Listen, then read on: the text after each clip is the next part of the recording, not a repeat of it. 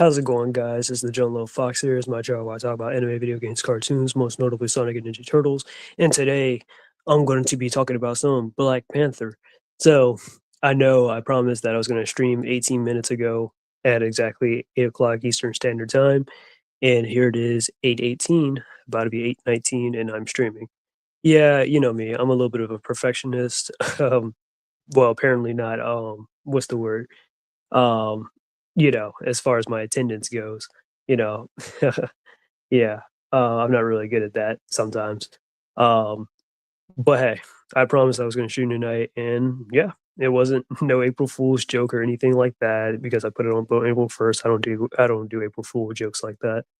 Mainly because I don't want like April Fool jokes to be done on me like that, unless it's light, I guess. But then there's gonna be a part of me that just wants to be like, "Ooh, I want to get back at you so bad," or I wish I had something. You know what I mean? But it's not like I'm really good at coming up with April Fool pranks and stuff like that or jokes. I don't do all that. Okay, but especially for like one day, I'm just like, I don't know. But yeah, so, anyways, I am doing this live stream. I wanted to talk about some Black Panther because I've been studying about the character lately. Of course, Marvel has no interest of really giving me Black Panther content or anything like that. So I figured I might as well entertain myself, right? So that's exactly what I'm doing. So I've been reading up on Black Panther lately to kind of understand the character better, to learn more of his mythos. What is he like? Um, etc. Because what I mean? Because he's such an iconic character and he's been around since well, honestly, he came out in 1966 and stuff. That was actually the year both my parents were born, crazy enough, 59 years ago. So, yeah, my parents were both born in 1966 and stuff.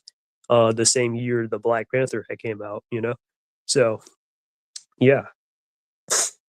Yeah. So that's always nice. Um, I'm gonna start my thing in a second. I'll definitely wait for some people to come in. I might just grab my soda in a second though. So, yeah, before I go into anything, and I'm also gonna do a little exposition too, so I'm gonna talk about some things before I get into the Black Panther topic, because I kinda sat down here and made up a full-on, like, script and everything or whatever, um, just to kinda just get out what I wanna say and whatnot, or my revelations and stuff or whatever, that kind of thing. Alright, but I'll be right back.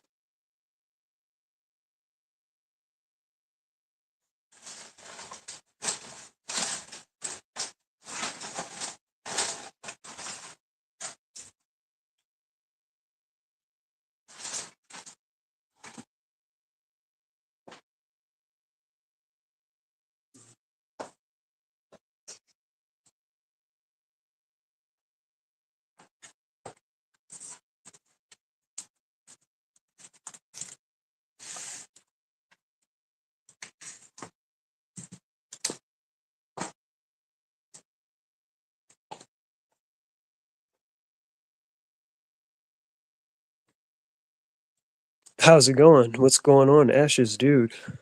Good to see you.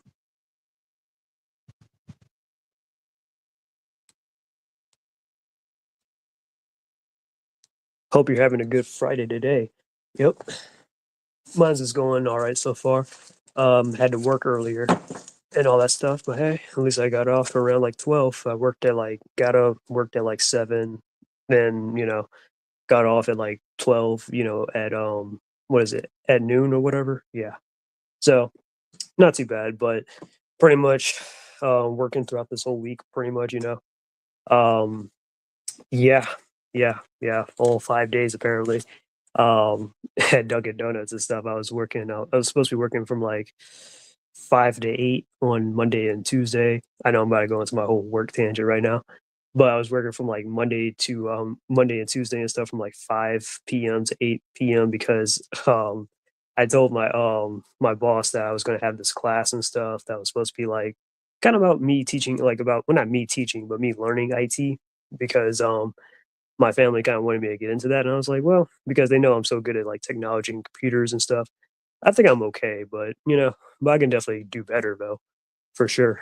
But anyways, but I was in the class for a second, and then once I kind of heard that some people online were saying that it was a scam and the reviews weren't looking so good, which I didn't really check before I signed up. I was like, yeah, let me kind of step away. So I jumped, I dropped out.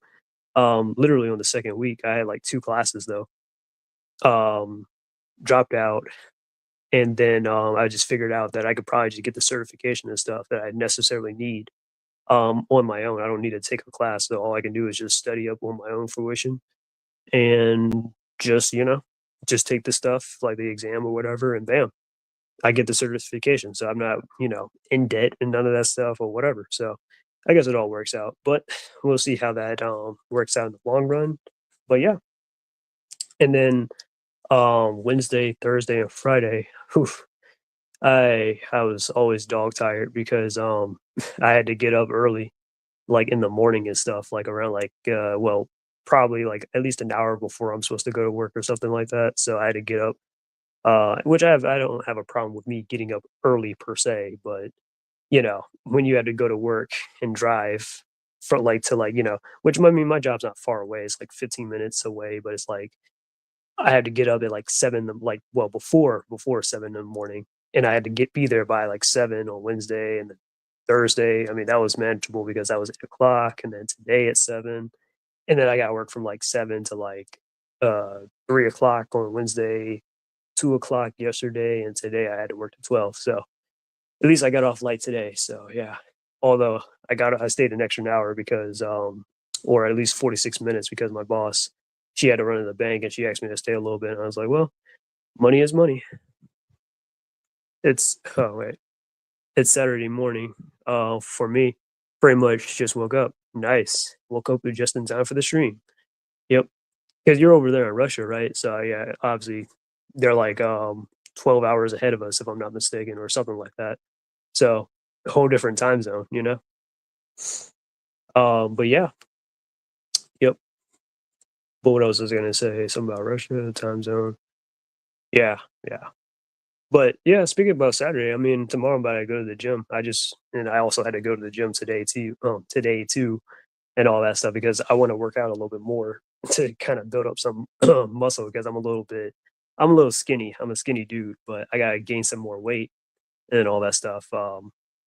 I might explain that later in the future, I guess. But yeah, want to rack up a little bit pounds because I've always been a little bit under, but yeah.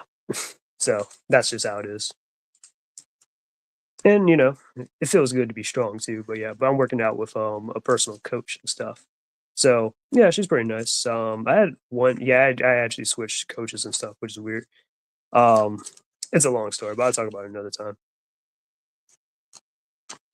But let's see, what are going to be some of my topics before I get into this Black Panther topic, which, from the sounds of, for the looks of it, it looks like this is going to definitely be a lot of topics that I wanted to cover because a lot of stuff that went on because, I haven't been streaming in a straight up minute. Mainly because I just don't really have much stuff that I want to really talk about like that per se, except for obviously the stream of tonight.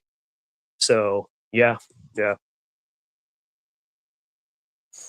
But yeah, but definitely a lot of stuff that's happened. This is actually a little fun fact. This is the first stream I'm actually recording since my 26th birthday. So I'm 26 now. My birthday was a couple of weeks ago. So yeah, yep. This is the first stream I'm recording on my own channel. The first I actually recorded with Jay Leno on his channel. You know, on his stream and stuff when we were talking about Daredevil Born Again and stuff. Yeah, pretty decent show, but it's just like it could be better. That's just how I feel about it. But I'll talk about that too in a second.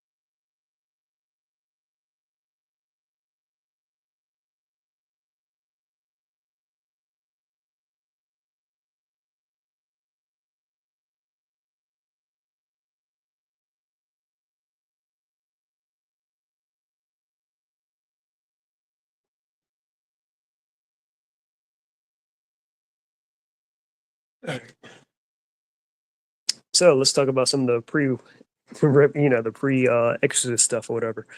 Before I talk about the expedition, before I talk about Black Panther. So I already talked about work. I gave my life update. Like I said, I've already crossed 700 subscribers. I kind of want to make a animation. It's been a while since I've worked on animations and stuff. It always feels like a while, but yeah. But I might actually think about doing a traditional draw my life animation and stuff. That would be my 700 subscriber special. Who knows? I might even turn it. I'm thinking about even kind of turning it into a series too. Actually, I think that would be definitely cool because so you guys can get to know me a little.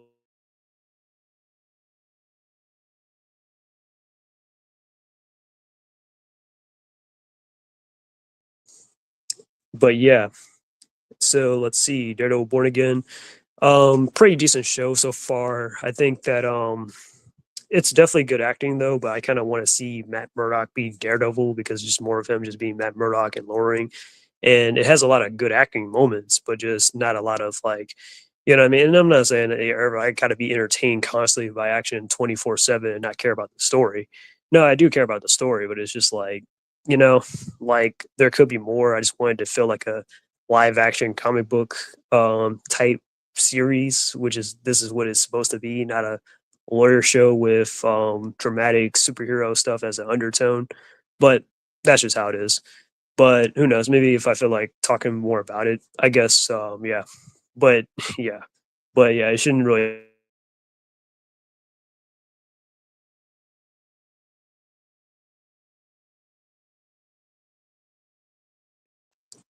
Let's see.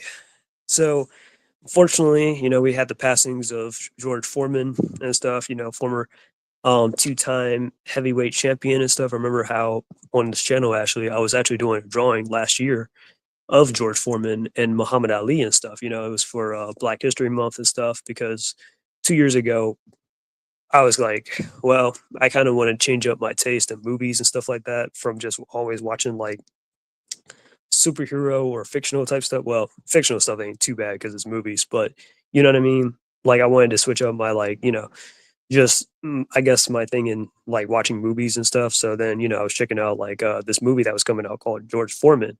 And I was like, I don't know who George Foreman is or whatever, but I guess I'll check it out. I saw it and I enjoyed it. I was like, wow, this is a really good movie. Like it was like a boxing thing, and I was, kind of getting into like those type of movies and stuff like Rocky and stuff because like, like I was like, oh man, Rocky is so cool. And then Creed and stuff. I like Creed too and all that, like yeah, those movies were pretty good, you know. And then George Foreman came out, and I was like, I guess I could check this out. It's like a true story about this guy.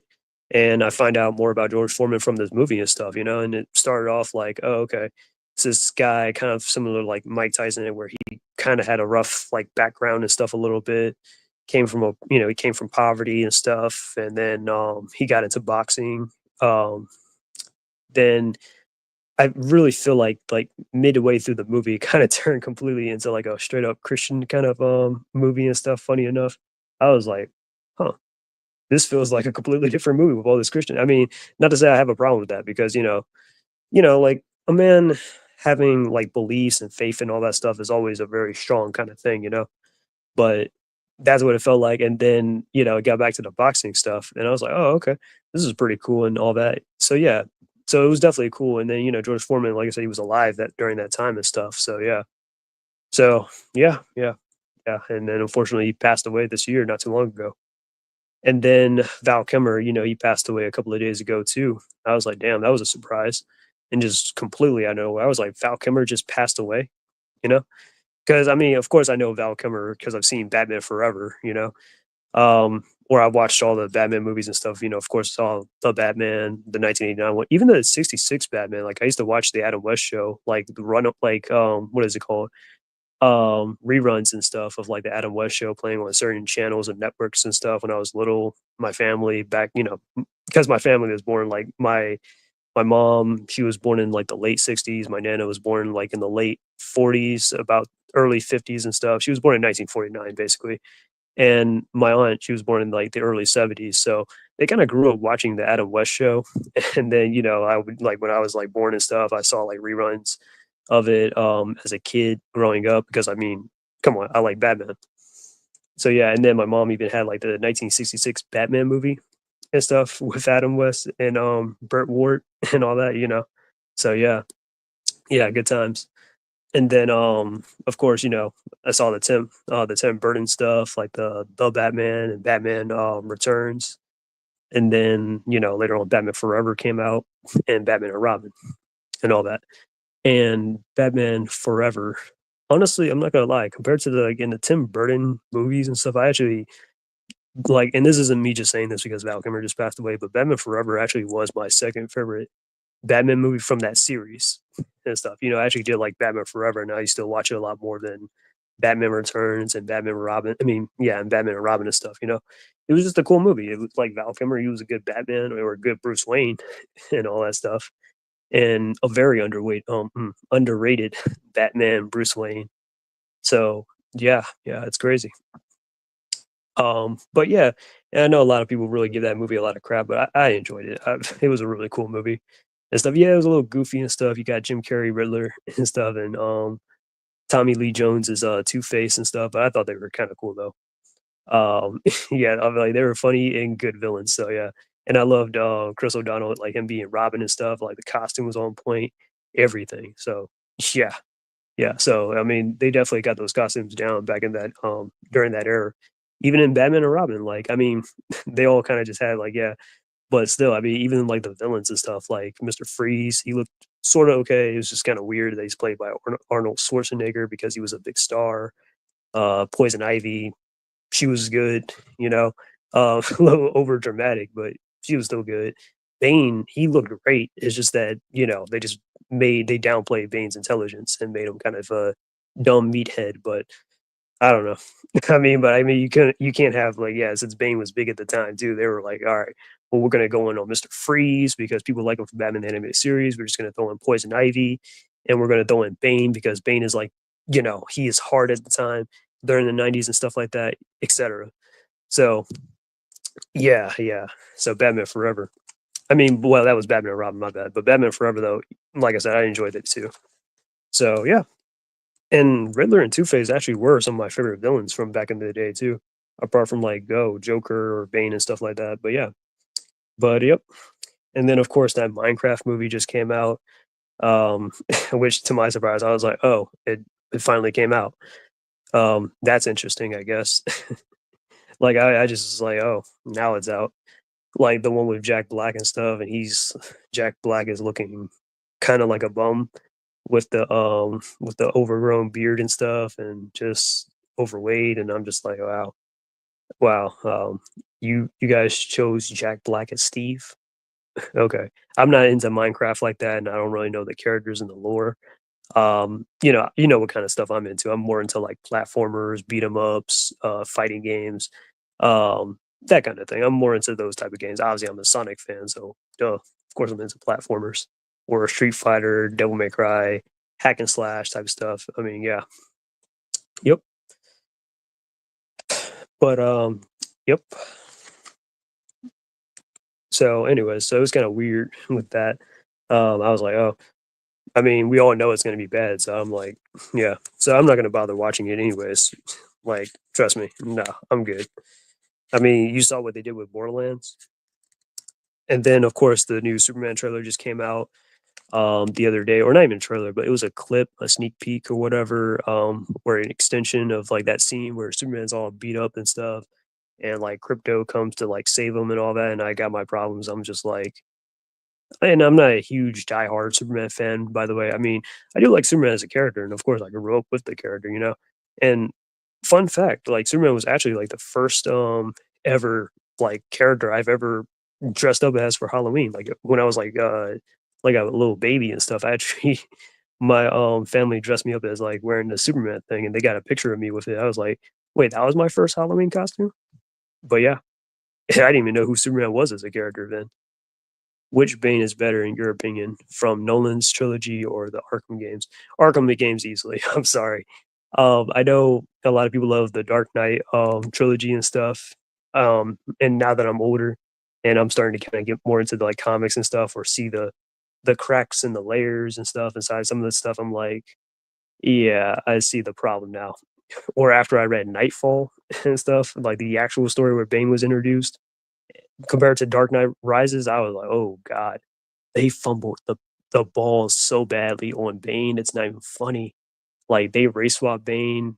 He's played by Tom Hardy, a white dude. Bane's supposed to be, Hispanic or well, not even Hispanic. He's South American. You know what Bane is. He's South American. He's supposed to be South American and supposed to speak in a South American accent. What else? Just all that stuff, you know? It was weird. But yeah. Yeah.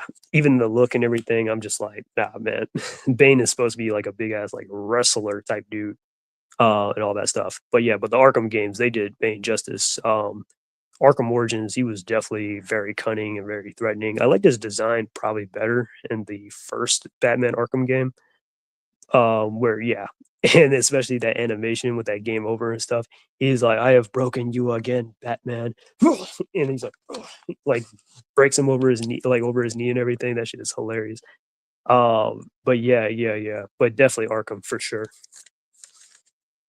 But anyways, but yeah, but that new Superman trailer, I was just like, I got my problems with it too, of course, because I'm like, so I'm like, why would you open up with Superman getting beat up, man? Like that is not like I'm sorry. Like when I saw that clip the other like yesterday, I was not laughing. I was like, oh my god, like I was literally like burying my head like close to my keyboard and everything when I was watching it on my computer last night. I was like, oh my god, you cannot be serious. And then after that, I saw Tyrone Magnus's reaction. I was like, bro, that is on point. Tyrone Magnus, he saw that, his jaw dropped, and he walked out the room as the clip played, and he didn't even go back or anything. He was like, "Oh my fucking god, you got to be kidding me with this right now." You know what I mean? Like that's what Tyrone Magnus was like when he saw that clip. He lost every nuance cell in his mind after he saw that. He was like, "Bro, I am so done." And yeah, and I know James Gunn, I've seen his stuff or whatever, obviously, like, Guardians of the Galaxy, I'm not really a huge fan of Guardians of the Galaxy like that. I think the movies are okay, but they're not like, "Oh my god, it's phenomenal," or "It's spectacular." I'm like, "No, it's alright, I guess." Like, the first one was alright. Yeah, looking back on the second one, and I'm not gonna lie, I've only watched the first one once and stuff, online. I never saw it in theaters. I never had like a strong attachment to his version of Guardians of the Galaxy. And then the second one, same thing. I only saw it online, and that movie, looking back, I'm like, you know what? Yeah, that movie was kind of garbage, wasn't it? I mean, I guess the best scene that most people talk about is really Yondu's, sacrifice, but that's about it. Yeah, personally, I like his 2004 outfit the best, but I understand people's problems with his Venom version looking like forearms. You know what? I never even thought about that before, but yeah, you're kinda right. He does look like forearms.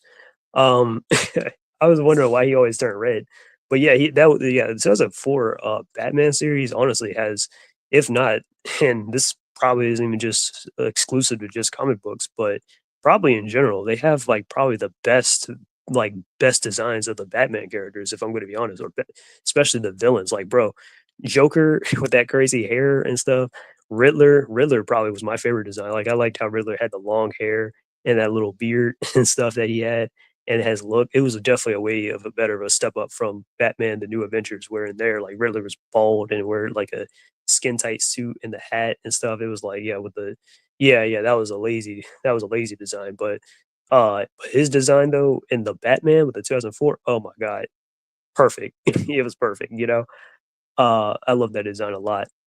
Mr. Freeze's design was probably yeah, that's probably the best Mr. Freeze design that we've ever seen, in my opinion, from the 2004 Batman show. You know, um, close to that would be like that Batman Beyond suit and stuff that Mr. Freeze had. That was cool too. But yeah, like I said, they had the best designs in that series. I'm not even gonna lie to you. But nah, but back to Superman though. So like you can still ask me questions though. I don't mind answering them. But yeah. So like crypto dragging him and all that stuff or whatever, that was kind of dumb. Like and like oh, and then they extended that scene where he was like literally crypto is jumping on him, mauling him and stuff like that. And I'm just like God, this is so stupid. Of course, James Gunn couldn't help himself with this stuff because he's always got to make things into like a joke or you can't take it seriously or whatever. And I'm just like, oh God, this is stupid. I'm like, oh my God, this is stupid. Like, it's not funny. It's like, wow, this is just stupid. Like, you're gonna like, because I can't really go. I gotta go myself and just think, wow, whoever made this scene must really hate Superman. And I do think James Gunn does hate Superman, which is why I don't know why he took this whole job writing and directing the film. Well, I don't know if he's writing it per se, but writing and directing it, I'm like, why did you take this job, James Gunn, when working on Superman? If you said in the past you don't even have no interest in writing Superman or Batman, that doesn't make any sense. I mean, I'm just saying you could have hired somebody since they put him in this like executive position and stuff to just write for it or whatever, and that would have worked so much more better than him just trying to make it all about himself, and then you get all this stuff, like, he's even got a variant cover about himself, he's got, like, every time his name is plastered everywhere, by the m from the mind of James Gunn, the director, James Gunn, and all that stuff, and it's like, who cares about James Gunn? You know? Like, no, we don't care about him like that, bro, and yeah, there's just a lot of stuff, I mean, I can go on about James Gunn, but, I mean, I don't I'm just like, "Bro, this guy wasn't the best choice." "Hey, what's going on? Jay Leno, bro. What's happening?" Let's see. Except the Killer Moth. I get that they wanted to make him a dork. Oh, yeah, yeah, you're right. Killer Moth. He had a dorky design, but I think that was on purpose so that they can, like, make him into, like, um, into, like, that little bug thing that he transforms into in the comics and stuff, you know? I don't remember what that name was called. It was Cryax. Excuse me, something. But yeah. Yeah, and Cluemaster also. They made Cluemaster fat in the Batman. That's Stephanie Brown's dad, AKA spoiler or Batgirl and stuff, you know. Yeah. So yeah. But anyways, what was I saying about that Superman trailer though? So yeah, it was just kind of dumb. I was just like, yeah, that wasn't funny. It's funny watching everybody else's reactions. That's what's funny about it. But it's not, but the clip by itself, I'm just like, wow, this is dumb. And I'm like, and plus dogs don't even do that. Well, I don't know, maybe some dogs do, I guess, but most, especially intelligent dogs, don't really do that. They can definitely tell when you're in pain, and they'll probably, the more natural response will be to kind of whimper or be like, well, I don't know how to whimper like a dog, but you know what I mean. Like that would kind of be like their natural response. Like I remember how one time, hey, what's up, Stephen Patel? How's it going, bro? Welcome to the stream. Oh, snap, we got 5 people up in here. Just got in. What did I miss? Not much. I haven't really talked about Black Panther yet. I'm talking about a little expedition stuff first that I kind of made a list about before I get into Black Panther. So, yeah, that's all. I'm good. Was off on Marvel characters, I guess. Hmm, interesting. But anyways, what was I saying? Yeah, I mean, so I remember like one time. Now I never had a dog before, but my aunt one time had a dog, and when she had left and moved over, well, currently I live with her, but when she moved over here to North Carolina and stuff, she left her dog Neo and stuff. Yeah, named after the hero from the Matrix and stuff, Neo. She had a dog named Neo and stuff that she left over at my nana's house because she used to live with her mom, my nana, and all that stuff. And my nana was so annoyed with Neo and was like, he always be playing too much. He's too extra. So, but I used to get along with Neo, of course. He was he was a dog and stuff. I love dogs, and yeah, we got along. And I remember how like the last time I saw Neo, and I think this is like my nana's breaking point, was when we were like downstairs in the basement playing, and I think we were like laughing or something like that or whatever, because we heard something like fall or whatever, and we were like kind of scared, and then we were laughing and stuff, and Neo, uh, with his claws and stuff or paws or whatever. And keep in mind, I was like in like elementary school. I was probably like 5 or 6 or something like that. I think I was probably like a good 5. Yeah, Neo kind of scratched up my back accidentally and stuff. And my nana was pissed, and I think she got rid of the dog Neo and stuff. Like I don't know, probably sent him to another family or something or whatever. But yeah, but I do hope Neo had a good life or something like that. But yeah, but yeah, yeah. I wish I could have said my goodbyes or something. I was like, "Hey, where's Neo?" But yeah. But anyways, but yeah, but Neo knew that he messed up or whatever when he scratched my back like that or whatever, knew that, oh, okay. Like he was in the wrong. Like obviously he was self-aware, so it just doesn't make sense with crypto that, oh, he's attacking Superman like that. I'm just like, bruh, he's broke, like he's beat up, and you've got the super senses and all that stuff. You can smell the blood on him. Like, come on now. But anyways, it is what it is. But yeah. So let's see what else have I talked about. What else can I talk about? I talked about the Superman trailer, life update, a little bit of Daredevil Born Again, rest in peace to Val Kilmer and George Foreman, a little bit about Minecraft, Avengers Doomsday. Not really too impressed. I didn't even know they did a 5 hour live stream on their channel because I'm not really subscribed to Marvel Entertainment or whatever. Um, but I saw the full clip or whatever the next day later when they played that 1 minute clip and it was just a bunch of cheers and all that stuff, and I was like, well, that was kind of lame. Like, you really expect me to care about the celebrities and stuff that are a part of okay, cool, I guess. Like, I mean, I don't really care. Like, I'm like, oh, okay, so I mean, I see what you're going for, but yeah, like they could have gotten something a little bit more entertaining or better about it. But it is what it is. But everybody was like, "Man, that was a waste of time." Well, I'm glad I didn't waste my time doing that. 5 hours. But yeah. So let's see what else. Let's see. Devil May Cry. I'm gonna talk about that real quick, I guess. Yeah, I still see some people. I did my video talking about the Devil May Cry and stuff, and how I'm looking forward to it.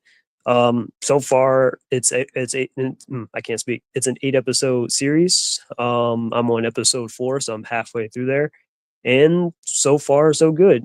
Are there some weird moments and stuff? Sure, but it's not anything that's like taking me out of the show or anything that's like, oh my god, like, you know what I mean? Because the stuff that people are going, oh my god, is like stuff that's like, bruh, this is in the games. Like, what are you complaining about? Well, Dante's too corny. He jokes around too much. He's like Deadpool. He's too much like Deadpool. You do realize Dante was rivals with Deadpool and Marvel's Capcom, right? In Marvel's Capcom 3. And they were like, obviously, yeah, he is Capcom's Deadpool. He's just not breaking the fourth wall and doing all that extra stuff like Deadpool, but joking around and stuff. But he also takes himself seriously and stuff too. Yeah, that's kind of Dante's character, and like being like a little bit of a mercenary, gunslinger, swordsman, all that stuff. Yeah, that's Dante. Okay, I was saying, like, if you can keep that aspect about his character intact, and also like the origins about Eva and Sparta and what they mean to him and Virgil, you can just keep all that stuff intact, then it can work. I thought people overreacted to exactly. That's what I'm saying. Like, they overreacted. What's happening at SSJ, bro? Just talking about a little bit of Don't Make Cry before I get into there's a little exposition and stuff before I talk about Black Panther. But yeah, yeah, I do think a lot of people overreacted, and I still feel like even after the show is out, people are still like, "This is terrible. This is a thing on immigration and stuff," and they're comparing Muslims to demons and stuff. And I'm like, okay, so if you guys know some Devil May Cry lore and stuff, or whatever, there are demons. Of course, there are bad demons and stuff in Devil May Cry, no duh. But then, of course, there are some good demons and stuff. Like, the guy Dante, his literally his dad, Sparta, is a good demon and stuff who betrayed his entire world to save the human world and married his mom, Sparta. I mean, well, not his mom, but you know what I mean. Dante and Virgil's mom, Eva, and had 2 kids together. Like, duh. And then, of course, Dante is a good person too, despite being half demon. And there's other characters too in Devil May Cry, like Lucia and stuff. Lucia, she's kind of a demon or like some type of artificial demon and stuff, and she's a good person. Or Nero, he's a quarter demon and stuff like that.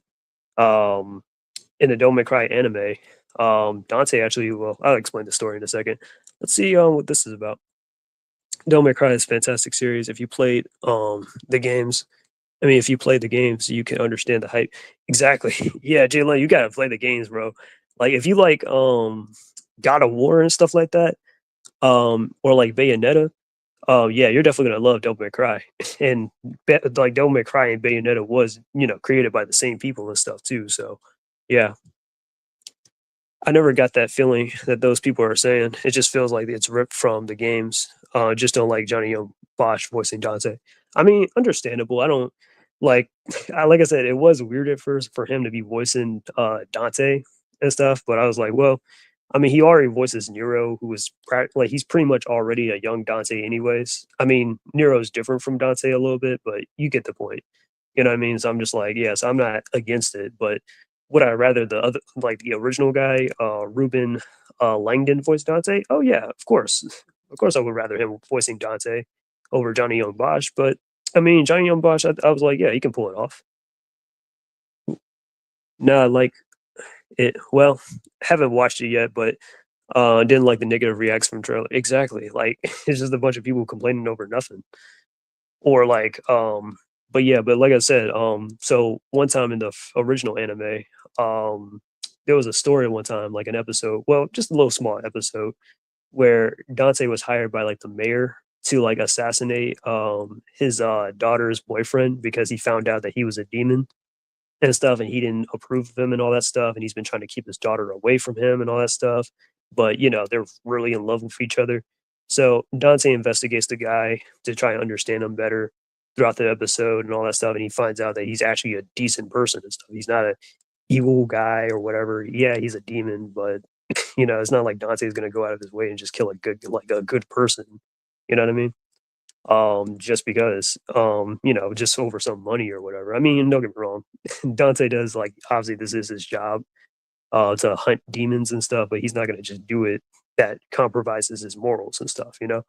And even in this show, they really do show Dante being, like, heroic and stuff, like him saving people from the diner and stuff like that. That was awesome. That scene, he was moving like the Flash. Yeah, I was like, "Oh." How he saved that waitress and stuff and all that. I was like, "Man, I wish he saved his strawberry sundae." Or how he saved those kids when that with the white rabbit fired that rocket launcher at the bus and stuff. I'm like, bro, this is what Dante would be doing. He's a hero, bro. I mean, he's not like a superhero kind of, you know what I mean? But yeah, and I kind of in some ways see Dante a little bit as an anti-hero, but yeah, like I said, he does do good things like that because he has a big heart. He values his humanity over his demonic side. I'm against it. Johnny Young Bosch's voice sounds too much like Ichigo Nero, nothing like Dante. Mm, okay, but yeah, yeah. But that's what I'm saying though. Like, I'm just like, I feel like a lot of people being a little bit too overcritical. And then Lady and stuff, they're like, oh, well, I don't like Lady and stuff. She's just too bitchy and stuff. I'm like, what games have you guys been playing? You know, like what games and what Devil May Cry stuff have you guys been watching and playing? Lady's always been like that. I mean, look, with Tila, like, okay, with Master Universe Revelations, what they did with Tila and all that stuff, that shit was dumb, where they made her androgynous and kind of a jerk and asshole. Same thing with Amber from Invincible and all that other stuff. Um, all that stuff is definitely warranted because I've seen other versions of those characters, and I'm like, yeah, this version right here does not act like that. Or Loose Lane from My Adventures of Superman does not act like those, like their prime counterparts. Okay, but this version of Lady, she actually does act like Lady from the games and stuff. I'm like, yeah, Lady is like that with Dante. And she is foul mouthed or whatever, and she always is like tough as nails, tomboyish, stuff like that. A little bit, I'll probably make a separate video about this, but her origin with her parents is a little bit different. I kind of noticed they can still kind of go with it, but just something, yeah. I would definitely point out when I talk about it in a video probably or something. But yeah, but I'm like, yeah, Lady is definitely in character. like like in Devil May Cry 5, like or if you watch the anime, yeah, Lady is definitely like that with Dante. Definitely. Let's see. I know I was talking up like crazy. We'll wait to see if they involve agenda in it. It's understandable to be concerned due to yeah recent years of female empowerment. Oh yeah, yeah. Don't get me wrong, I totally agree. That's where I'm like, yeah, that's what I mean. I can understand being cautiously like optimistic and stuff or whatever. Well, that's what I am, and I saw it, and I'm like, this ain't bad. But then again, I'm a little bit too passive when it comes to certain things. I understand that, but I'm like, I'm looking at this and I'm like, mm, this isn't that bad. But okay, it's not perfect, but it's not like, oh, it's just offends me. And don't get me wrong, Devil May Cry is one of my favorite video game franchises and stuff, like easily top 5. But yeah, so yeah, so yep, that is that with Devil May Cry. Spider-Man, oh god, they've been destroying Spider-Man lately. Jesus, where do I even begin with? The guy, I think his name was Tom Revorb or something like that. I gotta get Netflix. You don't have to really watch it on Netflix. I'll probably point you to a certain site later. Not that type of site, but you know what I mean. To a certain pirated website. Later, I'll share it in the Discord, Jay Leno, or with you or something like that. But yeah, yeah, yeah. But you don't have to watch it on Netflix if you don't have to. I'm pretty sure it's uploaded by now on online. But anyways, where was I at? Oh yeah, Spider Man. Man, they've been yeah, they're anime sites. You don't need to exactly yeah. But anyways, where was I at? Spider Man. Yeah, yeah. So they've been really destroying Spider Man. Like this guy Tom Revorp and all that stuff. He put his foot in his mouth saying, "Well, if you don't like my comics, or if you don't like the fact that Spider Man and Mary Jane aren't married, then don't buy my comics." And I'm like, oh my god. I'm like, that's kind of exactly what that chick, what was her name? Kelly Sudakane and stuff. I think she wrote like Hellcat or whatever. Yeah, didn't she not say that? And she got a lot of flag for it, and it kind of destroyed the comic book industry. When you told your audience to go piss off. Yeah, that's pretty bad. Yeah, like that is pretty bad. You know, like I would not do that. Like I'd be like, well, if you don't agree with my politics and stuff, I mean, I get it, but I mean, I still want your business or I still want your money. So I mean, or check out my thing. You know what I mean? But yeah, yeah. But I can definitely see why the Spider-Man and Mary Jane not being married is such a problem. I actually do like Mary Jane as a character. I've been reading some of these classic Spider-Man stories and stuff, and I'm like, huh, you know what? Mary Jane really is that person that really does like bring some kind of like happiness to Peter's life. I mean, of course, being his wife and everything, but I mean, like he really does. Like, because I've been reading like Spider Man like by himself and stuff, like as in like, well, he's the only one that carries the burden of being Spider Man, and he just can't catch a break. He's constantly down on his luck. His aunt is like, oh, she's always like near death or something like that, or something's always going on. He can't do things financially when he's on a date with like his girlfriend or something like that, whether it be Gwen, Betty, or something like that, he's always missing out, or people be thinking that he's a coward. Be like, even Gwen thought he was a coward and stuff. We're like, Peter, like because he's always running out when the battles, and obviously, he's trying to be Spider Man and stuff, and he's always trying to use the excuse, well, I was just trying to get some pictures of Spider Man and stuff. You know what I mean? And his friends be like, I don't know, Peter." But with Mary Jane knowing that he's Spider-Man and also, like, being married to him, that's such a big thing because it just doesn't make sense to just keep Mary Jane as, like, a side character and not as a, like, "Oh, well, they're not together or anything." That doesn't make any sense, you know? It's just dumb to me. Ugh. Spider-Man got obliterated. Yes, yes, he has. Kelly Sue DeConne did say that. Yep. Honestly, I'm tired of Spider-Man. He was cool in the '90s and 2000s, but Marvel hates him now.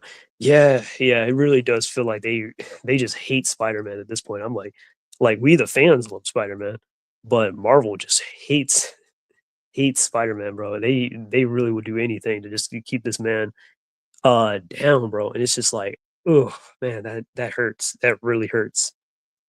Because it's like you want to see the guy get a break, but he just can't get a break. And you know what sells because they've been trying to market the whole, well, Peter's married to Mary Jane in the Ultimate comics, so go read that. And the sales for it is doing way better than Amazing Spider-Man and stuff. No one's not trying to touch Amazing Spider-Man, especially when Zed Wells did what he did with Spider-Man. Oh god, and that Paul character, like I don't know a single person on this earth that even likes Paul. That's how bad the character is. I'm like, whoa, whoa, whoa, whoa, whoa. So Mary Jane is now with this guy Paul over Peter Parker Spider Man, even though like when Mary Jane was first introduced and stuff, like or around like her earlier times, Mary Jane was dating Harry Osborn at one point, right?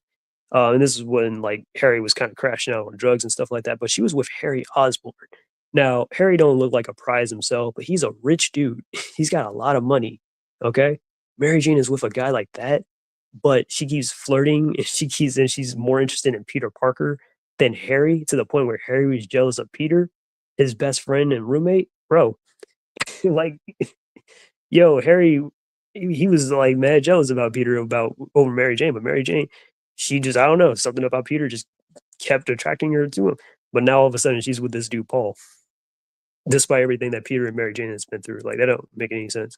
My comment is for when they were written. Well, not now. Yeah, yeah. Oh wait, let me see this. Sorry, I skipped over that. Mary Jane and Spider Man reminds me of a quote from the Bible: "A good wife is a crown on your head, but a bad wife is a sickness to your bones." Oh, yeah, probably. But I kind of just feel like I want Peter just put out of his misery at this point. I'm like, yeah, maybe they can just Peter just needs to. They just need to take a break on him for a while. I wouldn't mind them focusing on Miles though, because he actually is a decent character, and I know everybody be saying Miles is be destroying Peter. I mean, is he though? I mean, if anything, the writers are destroying Peter more than Miles. Miles is just doing his own thing. But yeah, I think MJ's advantage is that she encourages that Peter is powerful as himself, which helps going on being Spider-Man. Exactly. Yeah. Isn't Mary Jane about to replace Spider-Man or Venom? Yeah, yeah, I was gonna get into that too. She was because they made Mary Jane into a superhero called Jackpot, which I'm like, okay, I can see this as a gimmick, but this in the long term, this doesn't make any sense to make a supporting character like Mary Jane, who's never been like motivated to become a superhero in any sense of the word, to just make her a superhero out of nowhere. It's kind of like the same thing with Lois Lane. Like Lois Lane, yeah, there have been times where Lois Lane has gotten superpowers and stuff, but she's never, aspired to be like a superhero or I got to be out in the field. Well, as a reporter, sure, but not as a superhero though. Like Superman. It's like that doesn't make any sense.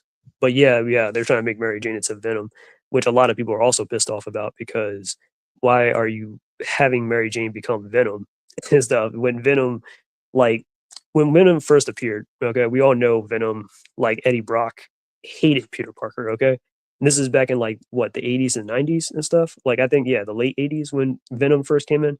We know Venom hated Peter Parker, okay? He wanted to destroy his life. Now, remember, he wants to destroy his life. He knows Peter Parker is Spider Man, right? Guess who's married to Peter Parker at the time? Mary Jane. And guess who Venom went after? Mary Jane. Okay. And actually, Venom's the whole. I mean, not Venom, but Mary Jane's the whole reason why Peter went back to the red and blue outfit because he wasn't wearing the symbiote anymore. Obviously, Venom was wearing it, but he was wearing like a black costume and stuff at the time. Um, and then Mary Jane, she wanted Peter to get rid of it because she doesn't want a reminder of Venom. So Peter got rid of the suit and got back his red and blue. And we got that cool shot with like Todd McFarlane's art style of like Peter officially, yeah, like after years is back in his red and blue outfit. So yeah, that was really cool. That Amazing Spider-Man 60 something death is pretty good. Yeah, I think if you're talking about like the Gwen Stacy thing. To be fair, I never saw the chemistry between MJ and Harry. I can only see Gwen with him. Yeah, I don't know about Gwen.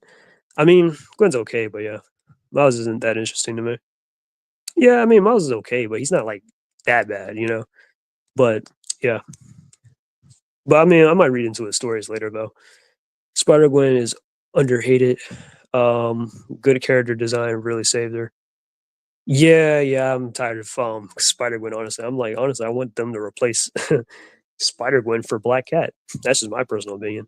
Who lives Mary Jane more, Rick James or Peter Parker? Rick James. I'm like, wait, what? Or I felt like you're talking about Rick Jones. I don't know. Oh, never mind. Never mind. I get the joke now. That's messed up. SSJ Novakazi. Gotta be Rick James, but shout out to the Bob Marley though. Yeah, I just got it now. Yeah, the Mary. Like you'd be liking that Mary Jane. Oh, that's my favorite thing in the world.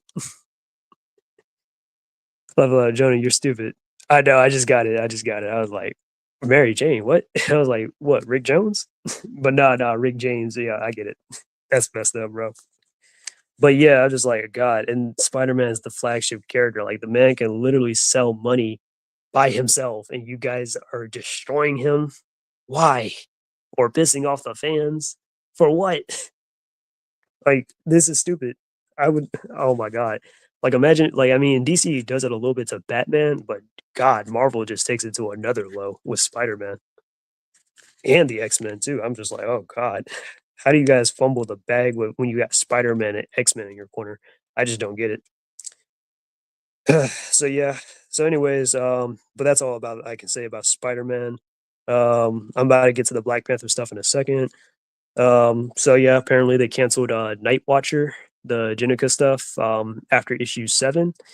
Um, I just learned that from Tatsuruzu. I just watched his video today about the Punk Frogs, and I was like, wait. Night Watcher just got canceled after the 7th issue. I'm like, man, that is crazy. Because well, not even crazy. I'm like, I'm not even surprised because it's Jenica. I'm like, I was saying, yeah, Jenica's a boring character. Look, I hate the character because of Sophie Campbell now, but and with any other writer that's at least decent, I'm like, she's honestly kind of a average character. Like she doesn't really bring nothing to the table, you know? That's just how I feel about Jenica, and stuff, you know? And I'm just like, yeah, and there's been like 2 other comic book runs that they've had about Jenica. The second one I thought was actually kind of interesting, but they've been limited. Like there you can't do too much with Jenica like that by herself. Like that is yeah. And then Night Watcher and stuff. I mean, if it was a Raphael, like, which I know that's something you would have wanted, Jay Leto. I definitely would have loved that too. I would have definitely had picked up Night Watcher if it was Raphael and stuff like a solo, yeah, or any of the turtles, you know, like I did last run. I definitely would have been picking that up. But yeah, they canceled Jenica. I mean, Night Watcher quick.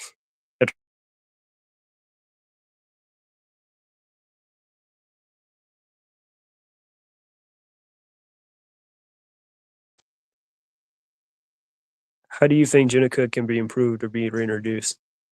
Um, I don't know. I might even talk about that another time because that, yeah, because personally myself, I just want the character. I would say I want the character to be killed off, but they'll probably do it in a heroic way, and I don't want Jenica to get killed off in a heroic way. So I just want her to go somewhere, maybe team up with some offshoot team or something like that. Maybe she could be in the Mutanimals or something like that, or reform the Mutanimals, and she can go somewhere else, another country, whatever, another galaxy, something, and she could be with Sheena or whatever. I don't care. And I know her and Sheena broke up in the comics apparently, but Jenica could go somewhere. I don't care, just away from the turtles. And honestly, I want the turtles off the planet for that matter. Level out. I always ask folks, and they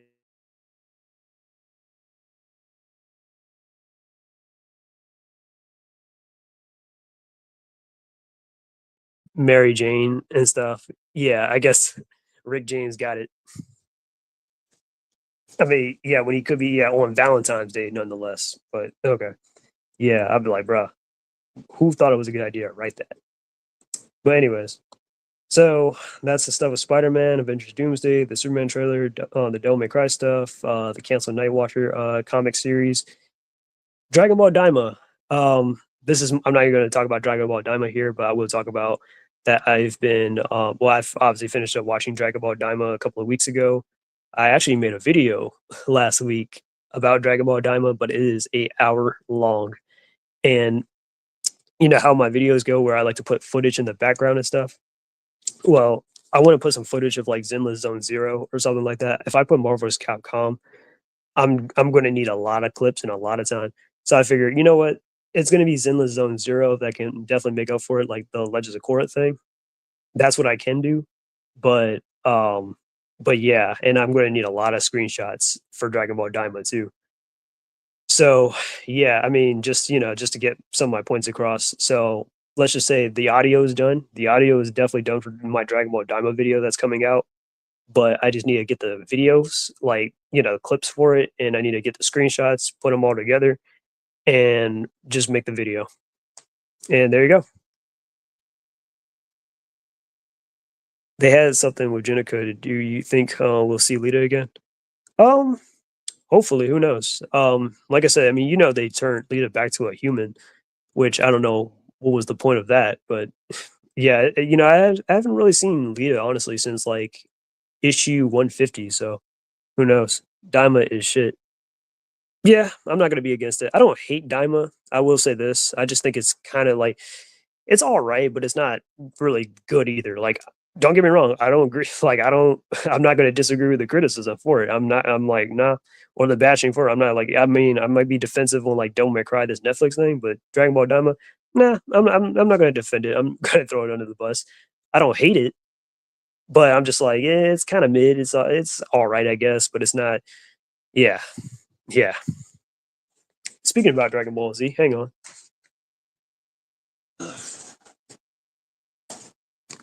What I got for my birthday from what I got for my birthday from Goodwill. The Blu-ray Sand Saga. Yep, that's right. I'm rewatching the Sand Saga. I'm about to do a lot of that this weekend. Well, I'm already started, obviously. I think I'm on the part where Nappa and Vegeta are about to appear and stuff. So I got past all the filler and stuff, which I actually enjoyed. I actually never really seen the filler from the Sand Saga before. And so now, because I grew up watching Dragon Ball Z Kai, so yeah, but that was pretty nice. Damn, it's gotta wait a minute. My Dragon Ball Daima is about to be 15 minutes long. Oh man, I definitely will see it. I actually saw your Avengers Doomsday video, but I want to leave a comment on there. But I'm a little bit of a perfectionist. So I always got to say everything perfectly how I say it before I leave a comment. Damn, I still gotta start Daima just to see Super Saiyan 4. The arcade machine at my work has Marvel vs. Capcom. Oh, that's cool. Game is still amazing to this day. Nice. I remember how one time like I first played X-Men vs. Street Fighter on the arcade machine. You should use clips related to your videos so it's easier. Like it's talking about Devil May Cry. Use the gameplay from Devil May Cry, for example. Yeah, that is true. I know. Yeah, I know what you mean. But I don't know. I just like to switch it up a little bit or just focus on what I'm doing relevantly. I hated Daima. Yeah, I don't blame you. I do not blame you. I'm a huge Dragon Ball Z fan, as you know, and it's absolute shit. Laugh Aloud Super Saiyan. I can't wait for the comment. I can't wait for your Daima video. Oh man, it's gonna be long. It's like I said, it's an hour long and stuff. And I think I said a lot. I definitely said a lot of stuff that I'm just like, because I have a problem in general with modern Goku, as I call it, like with Goku, how he's been depicted for like the last 10 years, and just Dragon Ball as a series. That's always why I say I have a love hate relationship with Dragon Ball Z, is because like I just like I loved it growing up, but now I'm just like I hate what it's become. It's kind of like like in Batman Beyond, where like Barbara Gordon was like talking to Terry McGinnis and stuff. She was like, "Yeah, yeah, I hate him. I hate what he's become. A good man, but take out the good part. But just yeah, yeah, it's like Dragon Ball lost his mojo, and it's not. It doesn't have to be that way. I still think Dragon Ball, even to this very day, it can still like Dragon Ball Z in general or Dragon Ball the series. It can be salvaged. Okay, it's still a good series. The game it could continue through games and stuff like that. But as far as like these anime stuff or whatever, if you're not going to take the character seriously or do anything to flesh out other characters like Goku and Vegeta or Piccolo or Gohan, I'm a little 50-50, but still other characters apart from them, then I just like don't care about it because we know they're going to come out on top. So it's like, what's the point? Goku is fine. Most people want to be like Superman from the English dub OG, which isn't how he was portrayed in the manga. I mean, in a way, I do. I don't see Goku like Superman, but I do feel like, yeah, he is kind of the Japanese counterpart. There are definitely fundamental differences between Goku and Superman, but and I mean, in the sense, they both kind of have like the similar kind of background where they're like, oh, they're from a certain race, whether it be Saiyans or Kryptonians. They kind of do things differently and stuff. Goku and Superman both turned out like different compared to their races and stuff. I already said some of this in my review, but I was like, yeah, like because Goku is not exactly an example of like what a Saiyan is supposed to be. Like a Saiyan is a conqueror, a pirate, space pirate, and all that stuff, barbarians and all that stuff. Goku's not like all that. Superman, he's not either like the Kryptonians either. He's more human than Kryptonian, even though yeah, he is full on Kryptonian. But Kryptonians, those guys, they are really stick in the muds. They are really too proper, a little bit over dramatic and stuff, too squeaky clean as far as like, that's how the Kryptonians are. But yeah, would love the human fighters to fight like the Ginyu Force because as a team, especially if they use all their abilities, they could be useful. Hmm. Yeah, it's possible. He used to be. He got his head injury as a child. Yeah, yeah, he did. I mean, well, not even he used to be. I mean, that's kind of like, well, I feel like honestly, Goku and I even covered that in my thing too. But I was saying like Goku, I feel like even like with Gohan's proper care and stuff, I still think Goku probably would have turned out okay with Gohan raising him and stuff. Well, Grandpa Gohan, you know what I mean? Like raising him and stuff because it's like one of those nurture over nature kind of things. Yeah, it's in Goku's nature to be a Saiyan and stuff, you know, and of course he still has like traits and aspects of being a Saiyan and all that stuff. But he was raised to be human and stuff, which is always a core part of Goku's character and stuff. He sees himself more as a human and stuff. He's most of his friends aren't aliens and stuff like that. Well, some of them sure, like Piccolo or Vegeta, but most of his friends like Krillin, Bulma, Chi Chi, Master Roshi, they're all humans. You know, Yamcha, Tien, so on and so forth. His children are all half humans. His grandchild is a quarter Saiyan, like all that stuff. So that's all I'm saying. So I still think it's like more of a nurture over nature thing. I think Goku's personality probably would have been way different, probably if it definitely would have been way different if he never got his head injury though. But that's just how I feel. I still will refer to his Saiyan roots when fighting, and with a pride too. Yeah, I don't think he takes pride in being a Saiyan like that, and more pride as a human. But I mean, but yeah, you know, Goku definitely got that that fighting spirit and that bloodlust, kind of a little bit like a Saiyan, but not like, oh, you know what I mean? You don't do the same things that Saiyans be doing. Yeah, Kryptonians are exactly like that, which is why Tamarinians don't get along well with them. Huh? I did not know that. Well, anyways, I think I got everything out the way. I am about to start this Black Panther thing. Let me check some of this stuff off the list.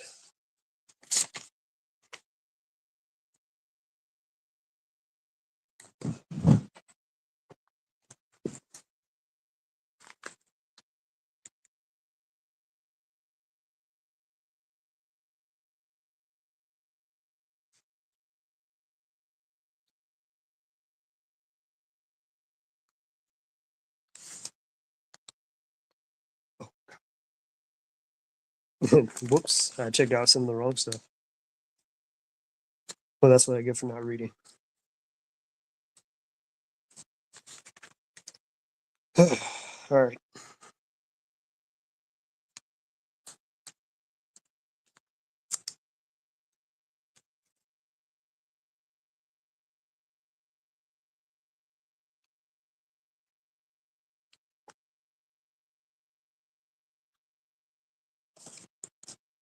Let's see. Yeah, he does. If you've seen later in the series, he's proud of being a Saiyan and his power, but refers to himself as a Saiyan born on Earth. Yeah, I mean, I know he's not. He's yeah. Goku's an honest person. He's going to acknowledge that. Yeah, I'm a Saiyan and all that stuff.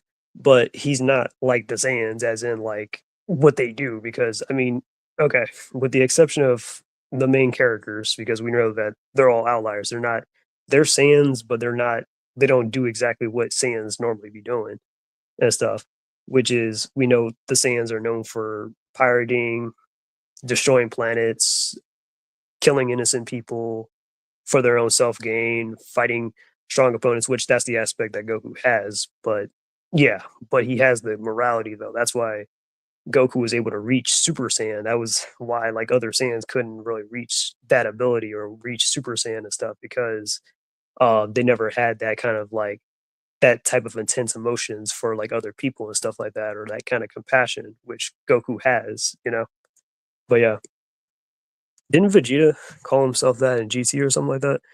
No, he never called himself human. Vegeta just acknowledges that you know, he's finally adopted Earth as his own, and he's not gonna allow Omega Shinron or whoever to like take it away from him and stuff like that. That's why he like wants to protect it. Vegeta just says something along the lines of that he's proud to be a Saiyan warrior and embrace Earth as his own. Yeah, like I mean, to be honest with you, if we go the invincible route, we can be like, well, think of it like this: Goku is like Mark, right?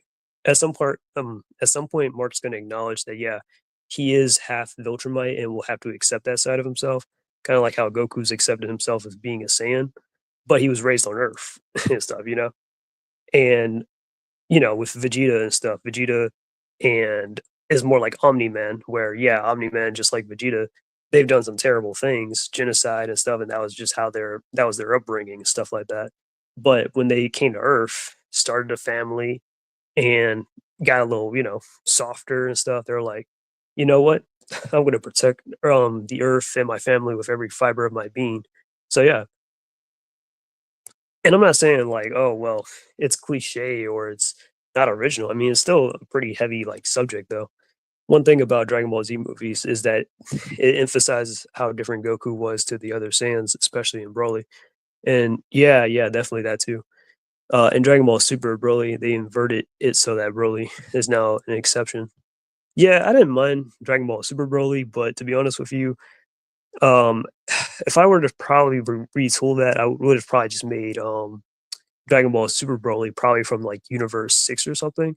I think that would have been way better than being like, well, this is the new canon Broly, and this is where he's been at like this entire time compared to like Z Broly. I mean, I like both of them. They're both cool. I do like Super's Broly's design better though. Old Dragon Ball Z movies aren't canon. It's a side story, so I don't take anything in older ones serious outside of Battle of the Gods and after. Mm, I mean, everyone has their own interpretation. I know they're not, but I enjoyed that they kept the overall distinction of Goku different. Took Omni Man Punch longer to change his ways. Yeah, yeah, because he's been alive for like thousands of years.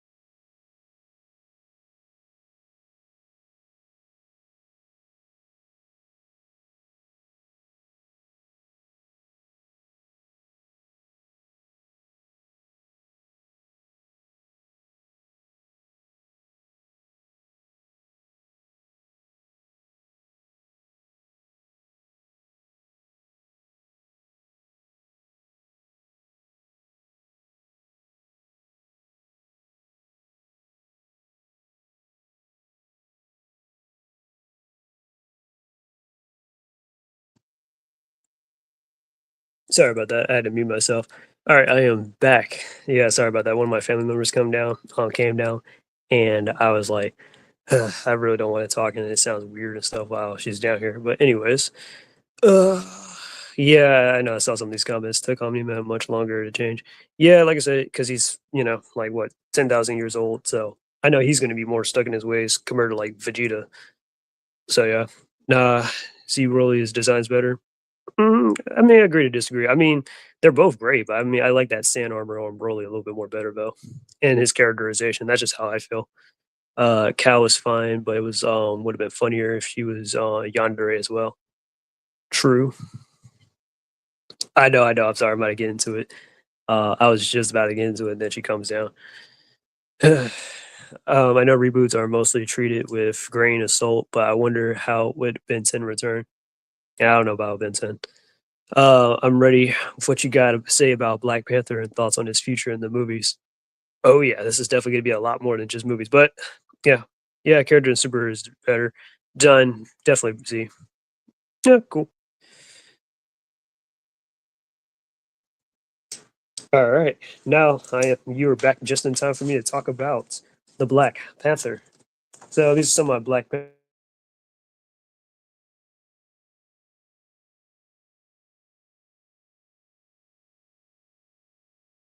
Oops, you can see Christopher Priest's name right here. He is probably the most prolific and the best Black Panther writer so far, or the most notable from according to a lot of people. He definitely developed a lot of stuff from Black Panther that we know, excuse me, or that we see from the movies and stuff in the MCU. If you read Christopher Priest's run, that's pretty much where the MCU took its inspiration from, and some of the other stuff too in the 2000s and Ta-Nehisi Coates' run and all that stuff. So yeah, and then I got this little mighty of Marvel's master works of Black Panther and stuff, which has like not Black Panther's actual stories. It is stories that's centered around Black Panther, but stuff like titles like Avengers, Daredevil, even the Fantastic Four. Yep, here's that Daredevil one. Check it out. This is probably my favorite.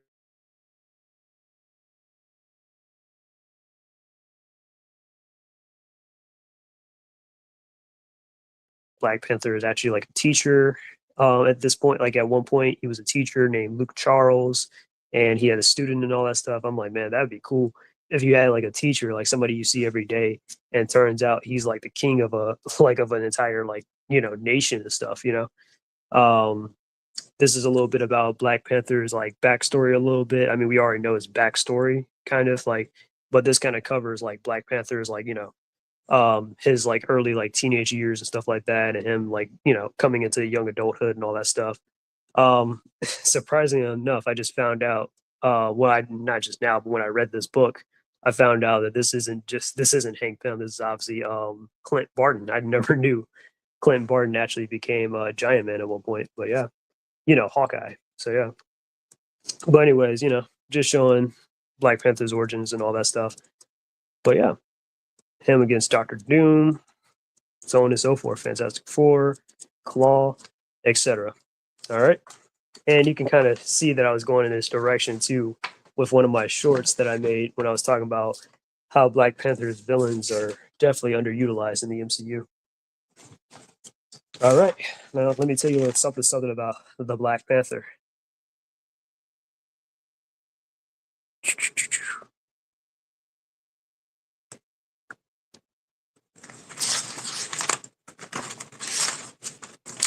All right, so pretty much this is already scripted, as you know.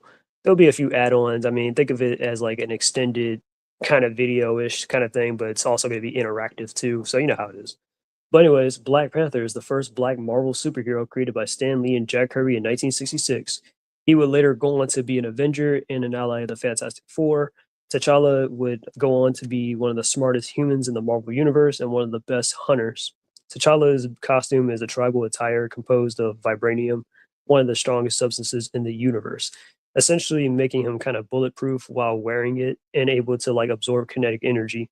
Black Panther was once married to Storm of the X-Men and has teamed up with various heroes like Captain America, Spider-Man, Daredevil, Luke Cage, Falcon, the Fantastic Four, and so on and so forth.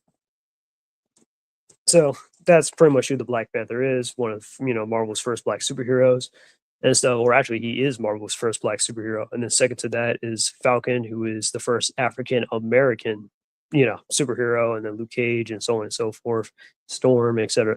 Yeah, that's the Black Panther and stuff. He was based off of, if I'm not mistaken, the actual Black Panther Party and stuff, that Stan Lee and Jack Kirby took inspiration from. So that's also pretty nice. So yeah, but let me tell you about my first introduction about Black Panther, which I think this will be something a little bit unique because I'm pretty sure everyone has their own story to tell about how they learned about Black Panther. But I'm gonna tell my little experience about how I first, learned of this character.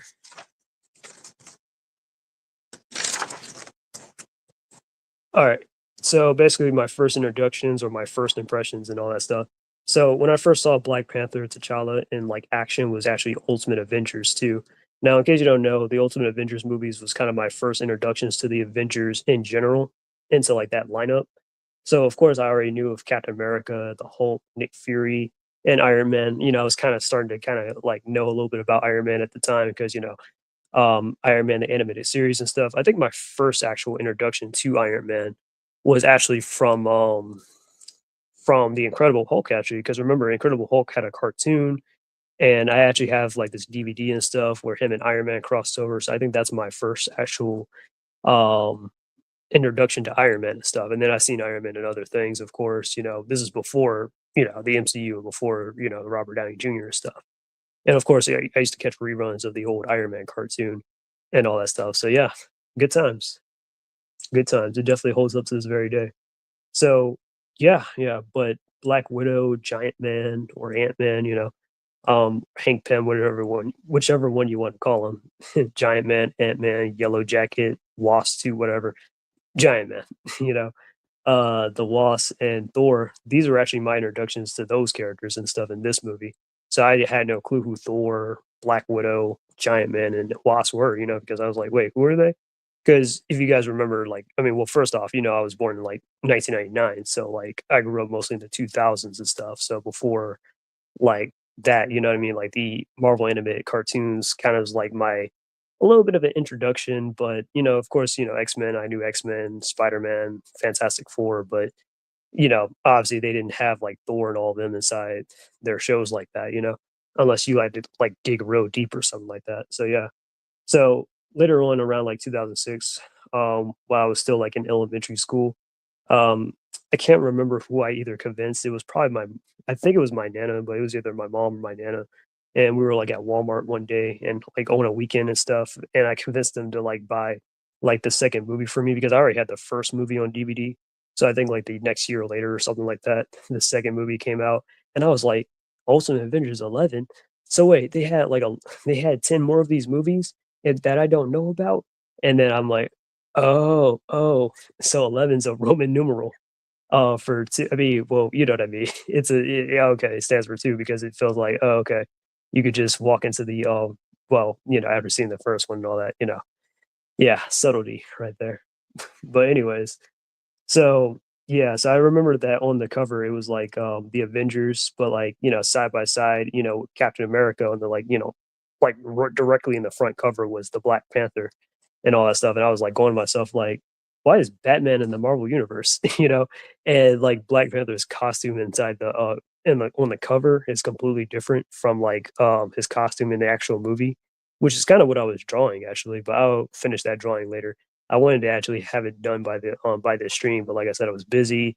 I was trying to prepare, and then I wanted to rest up, and then yeah. But I figured, you know what?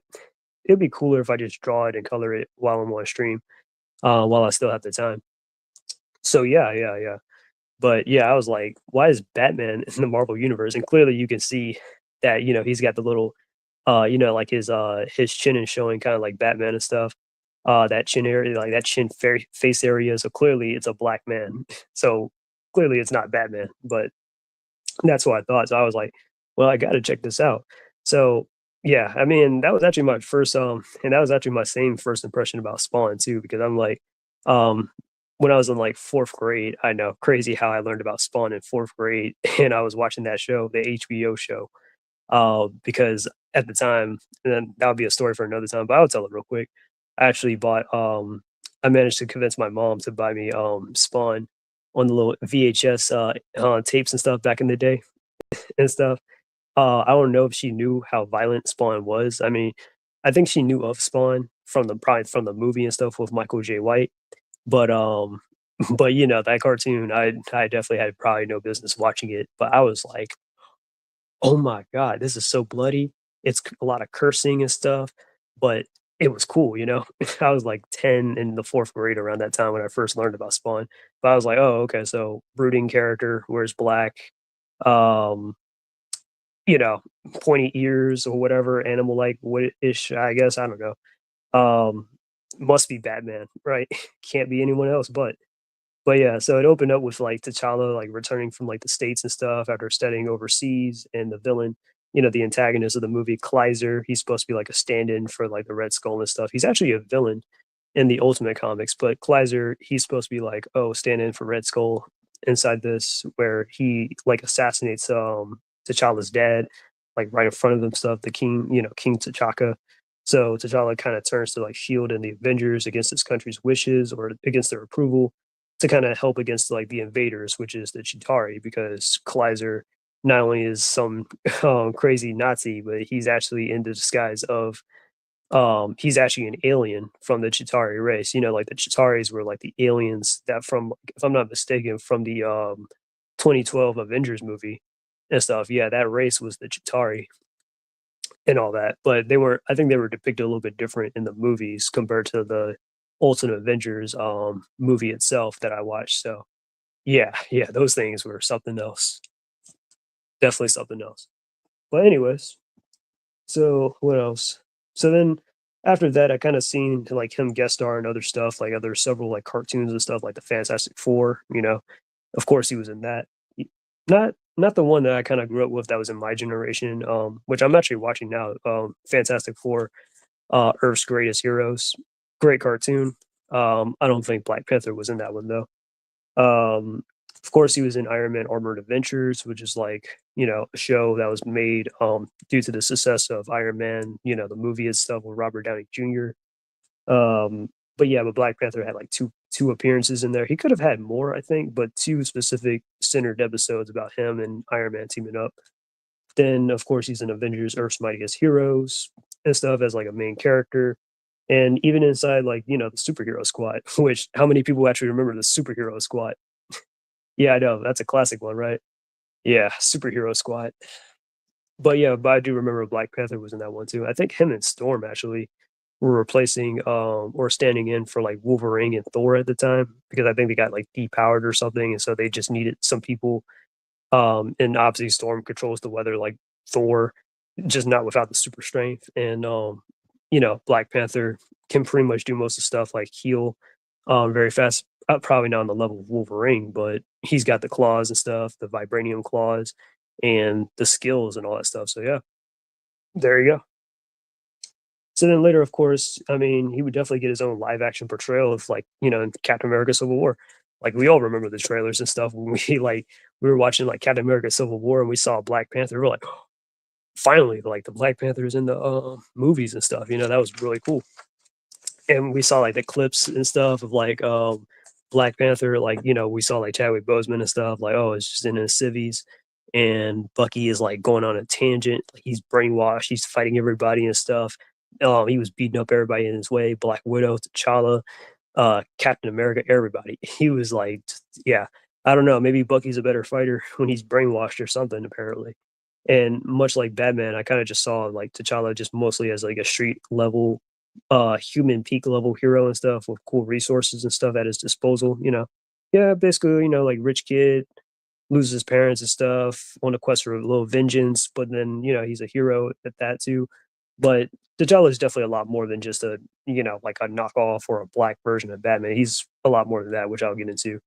But being motivated by vengeance and coming from like an African background were definitely some like core parts of his character and stuff that I knew of. So growing up in the 2000s, of course, never complained about stuff like the lack of diversity or representation, unless I was probably parroting somebody later on or stuff like that or whatever. But I never had anything. I never complained about, oh, with the lack of representation and stuff like that. I mean, because we already had strong black leads or superheroes and stuff, especially in superhero media and stuff. We had characters like Static, Cyborg, Steel, John Stewart, War Machine, and just so many others and stuff who were always like presented as like masculine, intelligent, capable, worthy, honorable, and sometimes militant. Like these are all aspects that all these characters have, except for maybe the militant part. I don't really see Static and Cyborg being militant or Steel, but John Stewart, of course, or War Machine, they have that military background and discipline. So yeah, well, actually no. John Henry did make weapons and stuff. He was a former arms dealer a little bit. Like he tried to make weapons to kind of help better the country and stuff like that, but that literally kind of blew up in his face, kind of like Iron Man.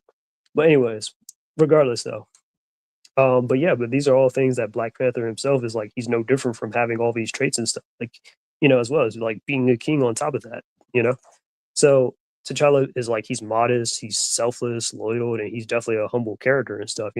So if you read like some of these classic Black Panther stories and stuff like that, yeah, Black Panther is definitely like presented like that as like loyal, humble and stuff. He'll risk it all for his for not only his friends, the Avengers, but the for Wakanda too, being their king. He would yeah, nah. You know what I mean? Like, yeah. So he does have moments where, and yeah, and trust me, T'Challa definitely does have his moments where he can definitely like hit like a definite new low or a hit below the belt and stuff where he can probably, do some grimy type stuff here and there, but it's kind of like, oh well, his duty and his responsibility as a king to at least be prepared to like deal or have certain kind of contingencies and stuff like that to deal with certain like, certain people and stuff, because you never know. Somebody could always, turn evil, can backstab you, betray you. I mean, T'Challa literally has like a lot of people in his stories when you think about it. That was at least friends or family at one point to him that has backstabbed him or tried to kill him and stuff, which is crazy. But I'll get into that one in a second too. But what else am I talking about? But yeah, yeah.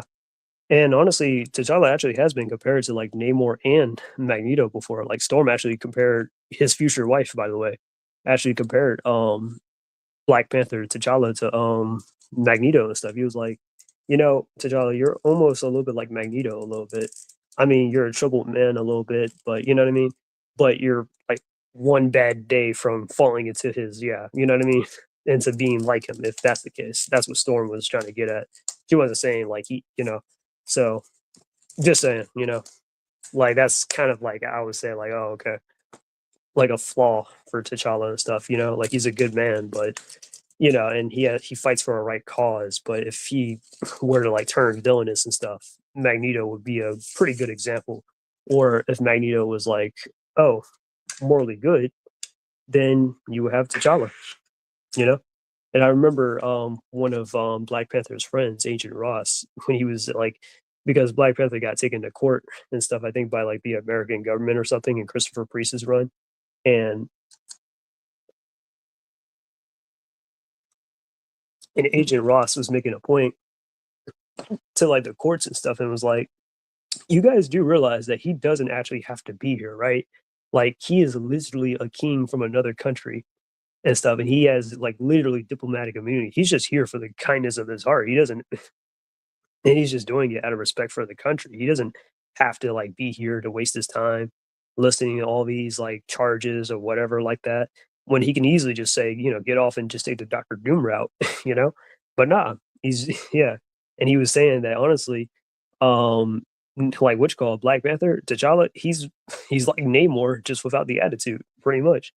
But yeah, but definitely like a good king. He's wise, he's open minded, like of course he's open to like Westerners and stuff like that. Wakanda ain't really all about that life per se, but yeah, he's very decisive and he's definitely a very knowledgeable person. And I know I keep bringing up his intelligence because T'Challa is like one of the smartest dudes in the Marvel universe and stuff. He was up there with Reed Richards, Tony Stark, and all those guys. Professor X. Like literally, he's a part of the Illuminati with these people. Which is like some of the smartest Marvel characters in the entire universe. Doctor Strange and all of them, Professor X, etc. But yeah, So it's kind of weird that they just downplayed that and just gave it to Shuri. I mean, I guess you needed to give Shuri a little something, something, but you know how it is.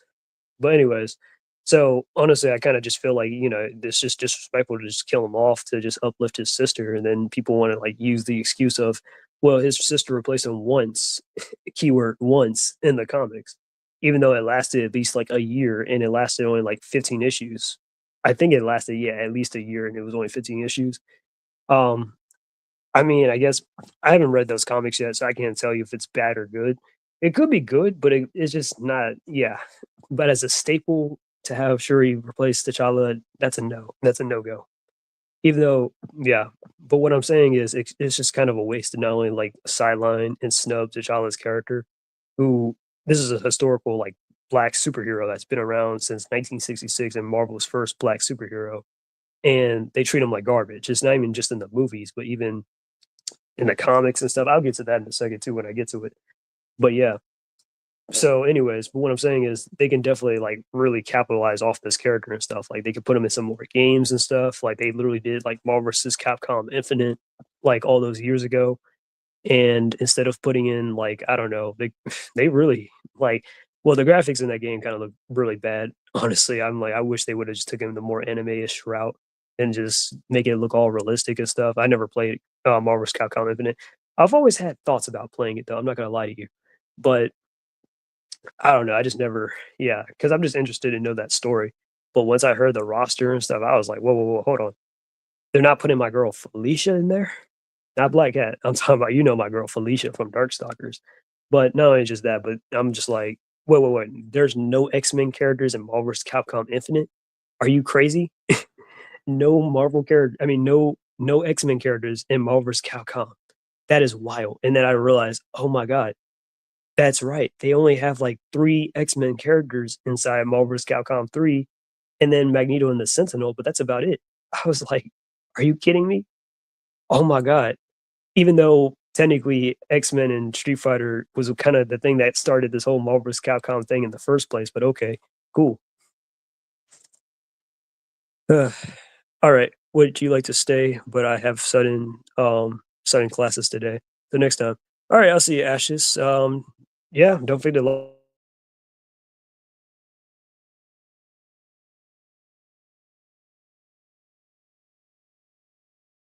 but yeah, yeah, yeah, but back on the topic though.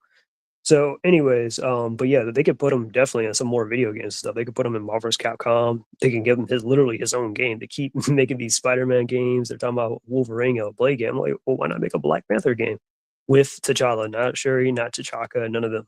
Black Panther, T'Challa, the OG. Okay, make it him. That's what I would like to see a game about, and it could be about him. Like it could be like a beat 'em up or something like that. Like I don't know. Well, I'm making a lot of comparisons to Batman, but obviously like a beat 'em up or a hack and slash. The claws and stuff. But anyways, yeah, like yeah, Black Panther could be doing all that. I'm just saying. And it could be set in like Wakanda, or it can be balanced back between Wakanda and New York, or something like that, or Harlem, all that stuff. It could be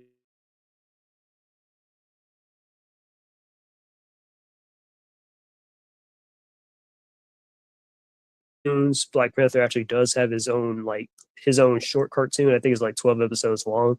Yeah, I just watched it a couple of weeks actually. It was actually pretty nice and stuff. It was pretty nice. I think it was based off a certain comic book run that Shaw had. I think it was the comic book run where him and Storm, like when him and Storm get married and all that stuff. Yeah, that one. That's what I think it's based on and stuff because Storm is in the series and stuff, and her and T'Challa. I mean, yeah, they get together in the end. But yeah, but it's mostly about T'Challa getting his run back on claws. So that's always nice to see a good old fashioned revenge story. You know how it is. Yeah. But anyways, but yeah, and then they can also not only just put him in more stuff, but they can also do a lot more with his mythos and stuff because I feel like a lot of his characters, his supporting characters, and especially his villains they don't really get, like, a lot of attention or acknowledgement like that, like, even Manape, like, I just found out, like, Manape is in only, like, a couple of issues in Avengers and only a few issues here and there in some of Black Panther's runs, but that's about it. Like, at least, let's just say 7 each, and I'm like, "Wow, that is that is crazy, bro." and that's like one of T'Challa's arch nemesis is out here, you know. But yeah, but it's whatever, right? But yeah, but because, people especially like and I'm just saying because people, especially young black men and stuff, definitely can resonate with this character and stuff, like myself, and this isn't just me just being narcissistic or whatever. Um, but yeah, I mean, yeah, like myself, or I mean, even like I used to work with kids and stuff a couple of years ago and stuff, and I remember like, and these are like elementary school kids, and I remember like some of them were like, their favorite superheroes and stuff. They like Flash, Batman, this kid, he was like 4 to 5 years old. He liked Black Panther and stuff. And this is before Wakanda Forever, by the way. And before I think Chadwick Boseman's passing, before all that stuff. So yeah, 2020 actually, or way before, a little bit before 2020. So yeah, that was definitely some time ago. My bad. But still, he was like, "Yeah, Black Panther is my favorite superhero and stuff," you know? So I'm just saying, like, we can definitely like yeah, like why'd you kill him off and stuff, or you had this opportunity to really capitalize on his character. And I'm not talking about doing stuff like let's make a Wakanda spinoff or let's make an Okoye spinoff. No one cares about making a Okoye spinoff. Why would you do that? I mean, if you really wanted to tell Okoye's backstory that badly, you could probably just do a Black Panther thing, like a movie, or just make a series, and you can just tell her story literally in one episode. That's how I felt about like Waller, where they were trying to make an Amanda Waller show and stuff. And I'm like, why are you making an Amanda Waller show? And you already have Peacemaker, where Amanda Waller is already a part of. And you could just put Amanda, you know what I mean? Just give her like a 2-part episode or something if you really want to do something with her origin, not a full on series. That's just a waste of time and money, production, etc. But yeah, so that's how I feel about it. Like the whole like, yeah. And I'm just like, yeah, even with Wakanda itself, I'm like, I know a lot of people are mesmerized by like this neo Africa stuff where it's like a sci-fi, like yeah, type of Africa thing or whatever for a lot of people that are especially like pro-black and all that. I'm not pro-black. I mean, Africa, um, interesting country and stuff. I've never really been there before myself. I've been to Jamaica, but not Africa though. But I mean, it would definitely be interesting to visit Africa someday. I'll say that much. But I'm not like too connected to Africa to the point where I'm like, I'd rather go to Africa over America. Nah, I'm comfortable in America or somewhere else. But yeah, but that's just me. But my point is though with Black Panther is that they're focusing on other stuff than just Black Panther himself, T'Challa and stuff. I'm like, we don't care about Wakanda. We don't care about the supporting characters. I mean, well, the supporting characters are fine, but I just care about how much they elevate T'Challa as a character. That's what I really care about. You know, yeah, I want to see his development and progression. But yeah, because I mean, the fact of the matter is, he's just a badass character. Like that's just all he is. It's like I don't like, what I mean. It's like with Batman. I mean, I know I'm making another Batman comparison. Batman, he's a great character and stuff. You got Gotham. Gotham is it's Batman's territory and stuff, but do I really care about anything else like that happens in Gotham that doesn't have anything to do with Batman? Not really. I mean, unless it's about well, because some of Batman's sidekicks though are kind of interesting to me, but they can be in other places and stuff too. Like Nightwing, for example, he's in Bloodhaven. So yeah, if you're interested in reading more about Nightwing, then he's in Bloodhaven. So yeah, but they're not going to do a story about Bloodhaven and it's not without Nightwing. That doesn't make any sense. So it's the same thing with like Black Panther and Wakanda. Like, why would I care about Wakanda when I care about Black Panther? You know. But if you take them out of the mix, yeah, we all get the point. We know what I'm talking about. And again, it's not really a knock at like Chadwick Boseman or anything, who's a great actor who nailed the role.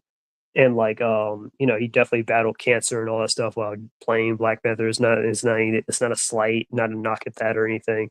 But it's just like, I mean, but unlike the general audience whose only exposure to him is just or the only exposure to Black Panther is through Chadwick Boseman, of course they're gonna be attached to him or think no one else can replace Chadwick Boseman as T'Challa. They'll never be as great as him. How would you know?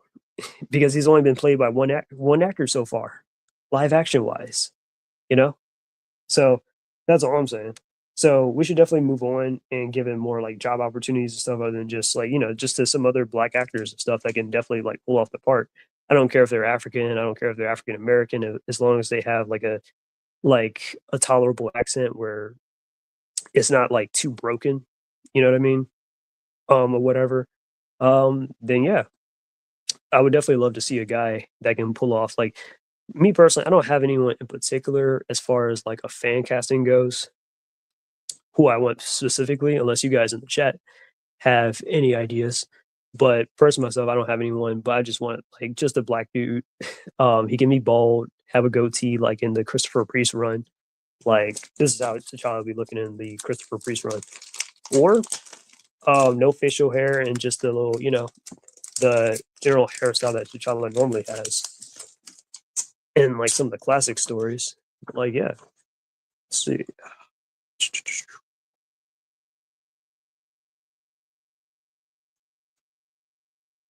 Where that scene? Here it is. Yeah, T'Challa taking the bus and stuff to get to where he's at right here. The suit and stuff looking clean. But yeah, they could definitely get somebody that could pull out that look. And honestly, I just care about the martial. Like if he's able to like physically perform and look like T'Challa, I don't care if he's like, yeah, I don't want somebody that's like, well, I'm just good at line reading, but nothing else. I'm like, no, I want somebody like a Wesley Snipes. Well, I don't want Wesley Snipes himself to be playing as Black Panther, but you know what I mean, like somebody that can fight like that or whatever, like Wesley Snipes, how he, brought something to Blade and stuff. So yeah, I prefer T'Challa with hair. Yeah, yeah, I do too. I mean, don't get me wrong, I do like I do like hair too myself. Like, let me pull up what you call it.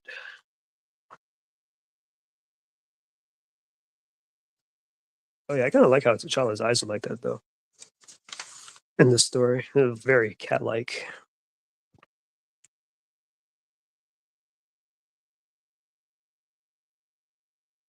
Yeah, here it is. Check it out. Or like this. I mean, I don't mind either way myself or whatever, but just a dude that look like that and can do some martial arts and all that stuff. I'm like, I'd be a happy camper, and he just put on the Black Panther outfit. And please don't make it CGI, nanotech, whatever.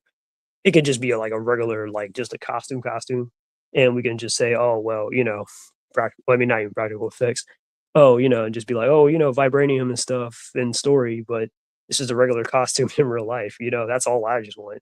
You know what I mean? And it's not hard to really just do Black Panther. I'm like, you don't need like a high budget or CGI and all that stuff. I mean, if you're trying to outperform the first movie, I mean, I guess go for it. But I'm just like, I mean, you simply just need a guy with this type of costume and stuff, and he has to be black and just do all that stuff and just be a martial artist, and he's humble and stuff, and he doesn't, you know what I mean? That's fine by me. All right. But I might make a part two on this, and I'll probably talk about who I think. Well, I don't know. I can't really think. I have not thought of anyone.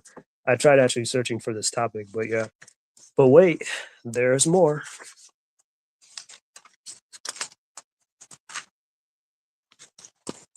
So here's my problem with Black Panther currently. So 8 years ago, of course, Black Panther was finally adapted on screen with his, or this is probably a lot longer. 8 years ago, he was finally adapted on screen with his titular movie starring Chadwick Boseman. And while a global hit, it was also good to see a positive black male lead until Chadwick Boseman's unfortunate passing due to cancer. And Marvel saw like an opportunity to like replace the actor slash character for Shuri and stuff, T'Challa's younger sister. The reason why this strikes as a like it really strikes a chord with me is because they undermine T'Challa's story to be like agenda driven. Obviously, Chadwick Boseman did a good job portraying the Black Panther, but he shouldn't be like limited to like one actor, which is why they should have just recast it. And I know they are kind of in the process of recasting finally and stuff, but it's like, it's a little bit too late. You should have done that before you decided, you know what, let's kill off Black Panther in the story and stuff and do it where he's dying of an unknown illness, even though there's so much plot stuff against it where they can literally freeze Black Panther that people had called out like the Bucky thing.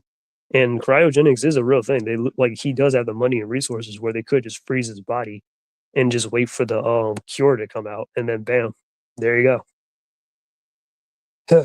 But anyways, so yeah, and not only did they kill off T'Challa in the movies, but just in everywhere in general, except for like the comics, they're just trying to avoid him, just using him for like nonsensical reasons. Like even in X Men '97 and stuff. Like in X Men '97, T'Challa, I mean, not T'Challa, T'Chaka should be dead in that point because they went with his origin from the comics, where in the Fantastic Four, because the Fantastic Four and X-Men is both connected in the same universe because they both appeared inside Spider-Man the animated series during Secret Wars.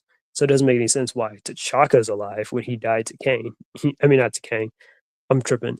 When he died to Claw in that Fantastic Four episode. So, but I don't know.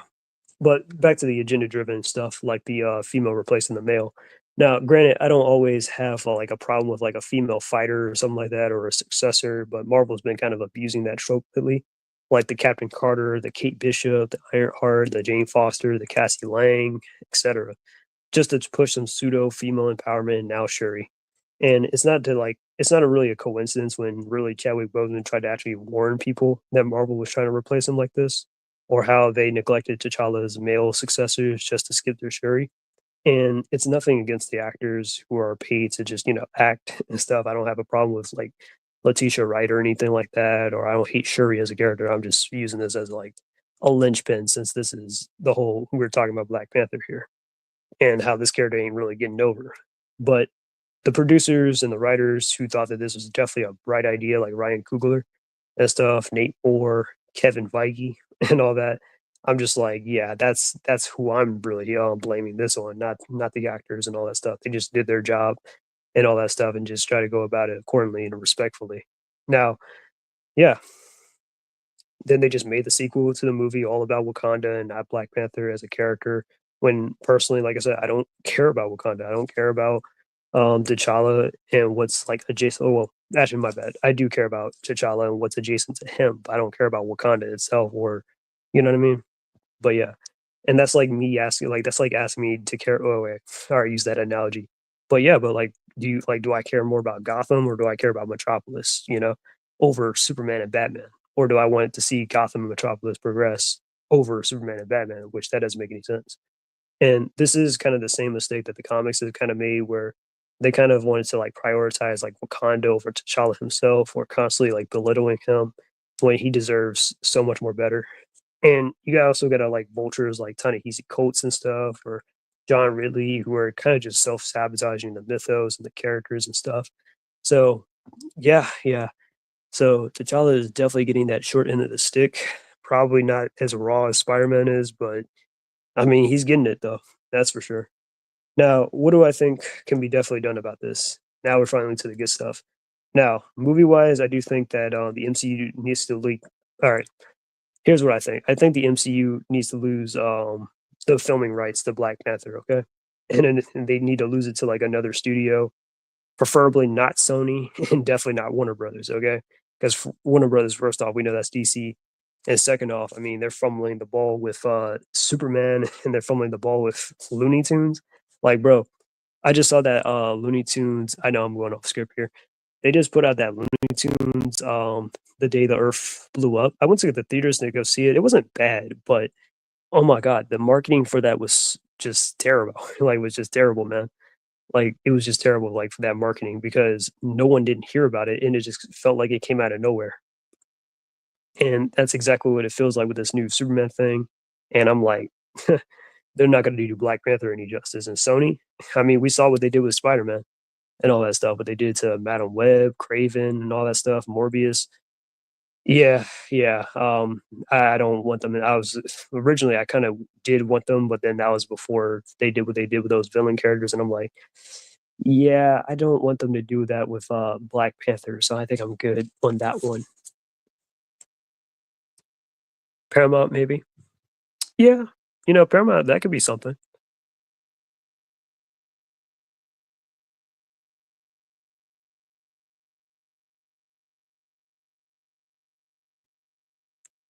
I heard that the Looney Tunes movie solely because of YouTube. Very sad. Yeah, I remember like one time, like, well, not even one time, like literally last week I was at the gym and I saw it on TV. I saw a commercial. And I was like, wait, what? And I was like, wait, this is in theaters right now. And then, yeah, WB wasted their time on that dumb Looney Tunes film. Left my or and I do like the Looney Tunes. I mean, I wouldn't say they wasted time or whatever.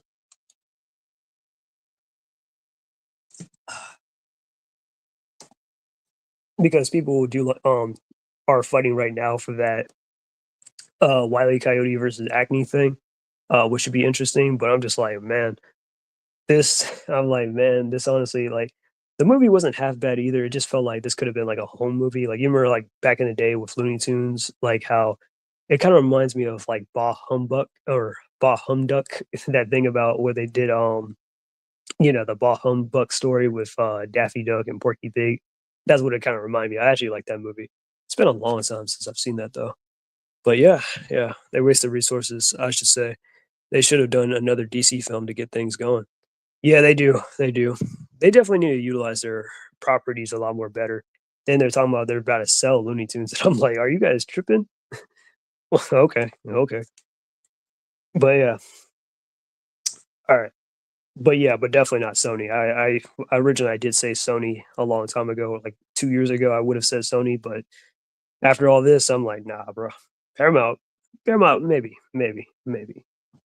But yeah. So, anyways, but yeah, but clearly Disney has no interest of using Black Panther himself. So it's like, all right, well, if you guys decided just to kill him off and you're not going to use him again, then you might as well just give the filming rights to somebody else. I don't care if T'Challa isn't going to be like in the new Avengers and stuff like that. Well, a little bit, but I'm just saying, like, come on. At that point, I'm like, all right, if you guys aren't going to utilize him, then what's the point of just keeping him? You know? And the comics, I mean, they are real simple. Like, T'Challa, he just needs a like person myself. Here's how I would fix the comics. Apart from the movies, it's real simple. I would just give T'Challa like a son and stuff of his own, not a daughter. Give him a son and stuff. He needs a son. Preferably, I would rather like a prolific writer, like a notable writer. Maybe Christopher Priest can come back again. Give T'Challa like a in canon son and stuff, and make it actually work and stuff, provide some notes and stuff, and kind of just modernize his old comics and stuff, and just a little bit of that without the MCU influence. I prefer not the MCU influence and stuff because I feel like the MCU is starting to have like a negative influence on Marvel comics in general. I hate Shuri Black Panther. Yeah, I do not blame you. I mean, I haven't really read her comics though, so I can't really say. Um, and I don't hate Shuri as a character. I just don't. But come on, you're asking me to like you're giving me this over what I could be getting with T'Challa. And the thing is you kinda cut T'Challa at the you kinda cut T'Challa at his own knees or whatever because, he just became king in the first movie and stuff. Civil War, he was kind of the prince just getting revenge. Black Panther, he was actually becoming the king, and then the second movie, you just skip to him getting killed off and stuff. And this is the third time he gets killed off and stuff. Isn't that crazy? I was like, bruh. So yeah.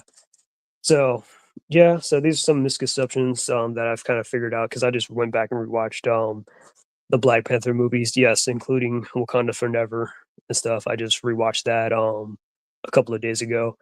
Um Probably not as bad as I remember, but it's still not a good movie. And it's so long too. Like that movie is like 2 hours and 48 minutes long. That is longer than the first Black Panther movie. I mean, I can sit for like a 2-hour movie and stuff like that or whatever. But I'm just saying, yeah. But at least I watched it from the comfort of my home because, I have Disney Plus again for the sake of Daredevil Born Again. So I'm watching a lot of stuff. And given how um Daredevil Born Again is not gonna end just yet, seems like we had to keep Disney Plus for like another month or two. So yeah. But here's some misconceptions that I definitely have found out. So hang on, let me drink my soda real quick.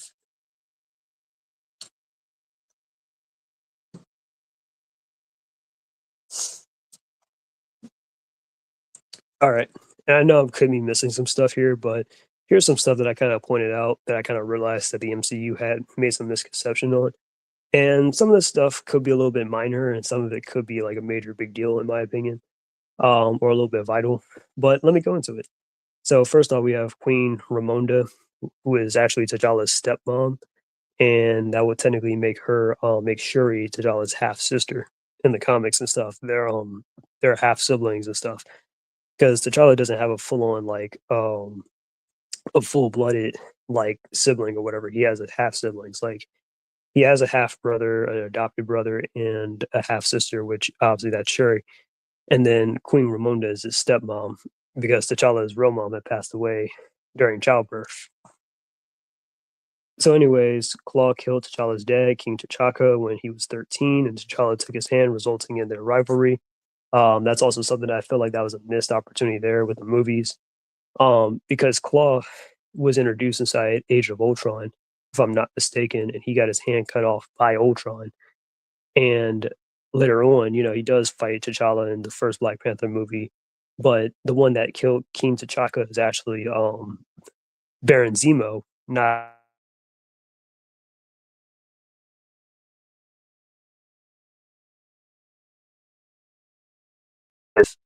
if it's not like, oh, well, T'Challa wants to get revenge on him or whatever. You know what I mean?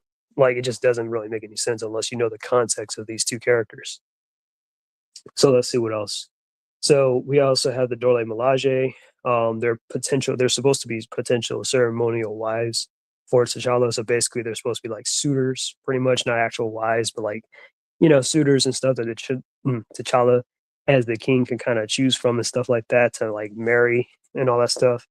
But and they act as his bodyguards too. That's kind of how T'Challa utilizes them.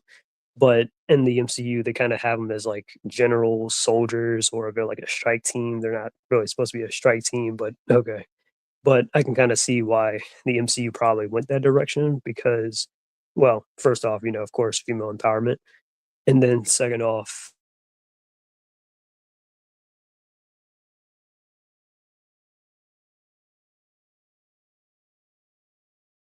as oh, how dare T'Challa or how dare this guy who lives in Africa, an African king, have multiple wives or have like potential suitors and stuff like that.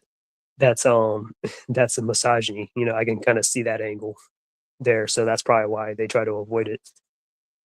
Then we have Eric Killmonger. He's actually a Wakandan who was kidnapped by Claw when he was younger, which, yeah, in the movie he is Wakandan too, but hear me out. And he was kind of brought to America where he resented Wakanda and the king for failing to save him.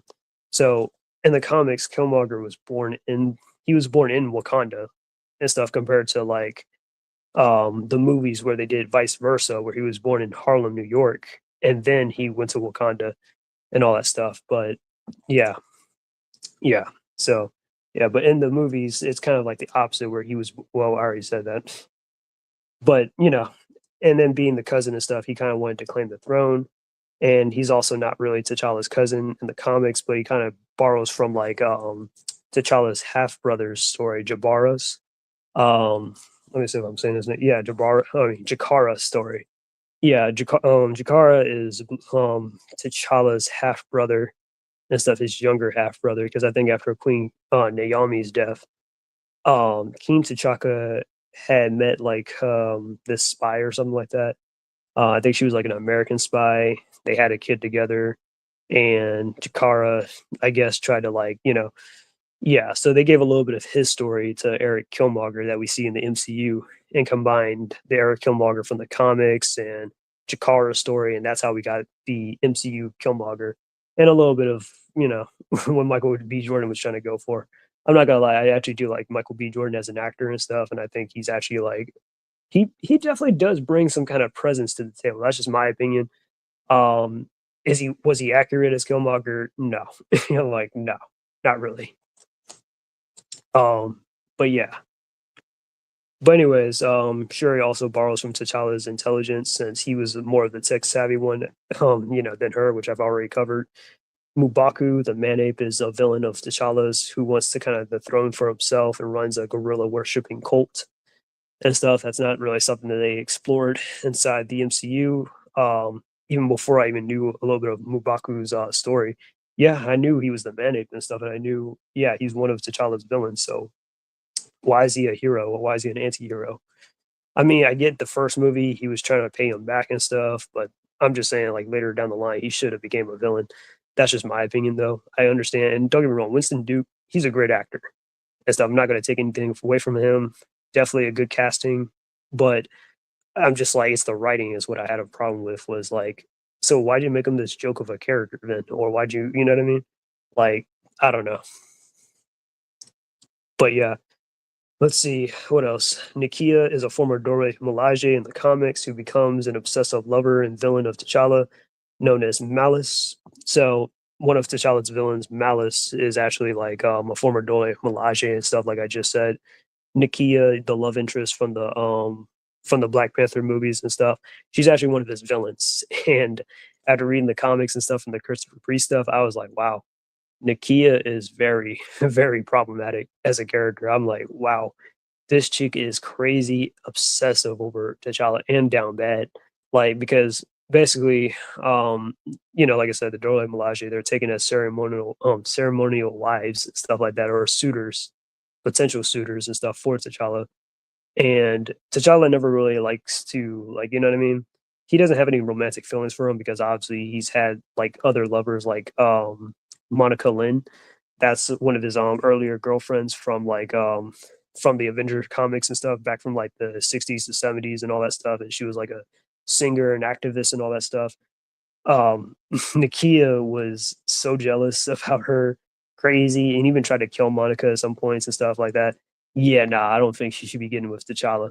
So in the MCU, they kind of made her like, oh, well, she's a spy, she's in Wakanda and stuff like that. She's not a part of the Dorle Milaje, but they referenced it where she's wearing the outfit and stuff like that, um, etc. And even in Iron Man Armored Adventures, Nakia's in there as well, where she ends up betraying T'Challa and sells him out to like one of his enemies or something like that, to get revenge on her like brother or something like that for his exile. So yeah, yeah, yeah. So yeah, no, I don't think Nakia should be the one that should be like the end all be all or lover of T'Challa. And personally myself, I kind of feel like T'Challa, as far as women goes, I feel like T'Challa should marry like a or get with like an African American woman. Not like I'm not saying he should get with a white woman. And he's dated white women and he's dated African women too. But I feel like African American women sounds a lot more preferable. I know we all know T'Challa has been with Storm, but that's the thing. He's been with Storm. Like once you go black, you don't go back. And I'm just saying, I'm like, yeah, with Storm, I'm like, man, you gotta find somebody else. I do have somebody else in mind though, but I'll get into that one in a second though. But yeah. So what else? White Wolf is not a nickname. It's a nickname that was given to Bucky, but is actually an alias for T'Challa's older adopted brother, his white brother, Hunter. Yep. I'll talk more about him in a second. And then we have Queen Ramonda, who is actually South African, not Wakandan. Yeah, so in the movies, Queen Ramonda is actually African, not Wakandan, which that's actually kind of important later in the comics. Or not that important, but in the comics at one point, the Wakandans used to look down on Queen Ramonda for being different because she's not naturally from Wakanda. She's a South African, just like Hunter, who's, he's white and he lives in Wakanda. And they're like, mm, we don't like you because you're not one of us. So yeah, but I mean, Queen Ramonda and Hunter actually bonded over that, over their over their differences, and they're like, yeah, let them look, we're family. So yeah, those are some of the misconceptions.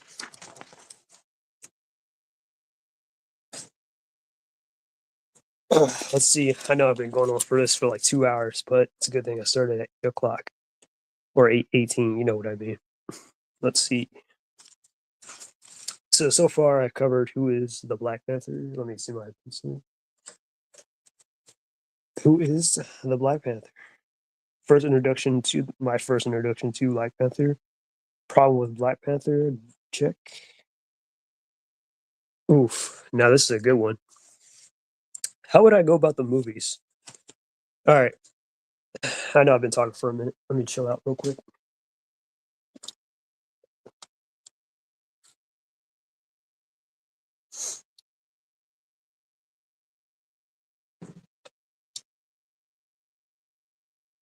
Ugh. I promise you I'm going to eat after this. All right. Now, how would I go about the movies? Now, basically, here's how I would go about it. Now, I'll open up with some flashbacks of T'Challa growing up in Wakanda, going through graduating like from private schools, losing his dad, and go through like a trial of him becoming king. Now, I would probably just set him up with like some characters who would like want to steal the throne away from T'Challa.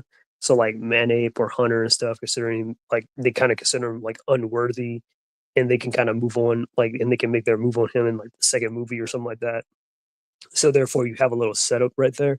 because in the second movie, Wakanda Forever, they use Namor as a villain, and I'm like, well, even though I know Namor is a hero, but he's a little bit of an anti-hero. You know what I mean? Like I know Namor has caused a lot of trouble for the Fantastic Four, but I would rather see a movie about Namor versus the Fantastic Four than Namor versus Black Panther. That's just my opinion, though. But I would rather them just stick with some stuff like in the Black Panther mythos and all that versus, yeah. Even though I understand that the Fantastic Four and Black Panther do share villains because, yeah, that was Black Panther's first introduction. But anyways, I would definitely set that up for the second movie.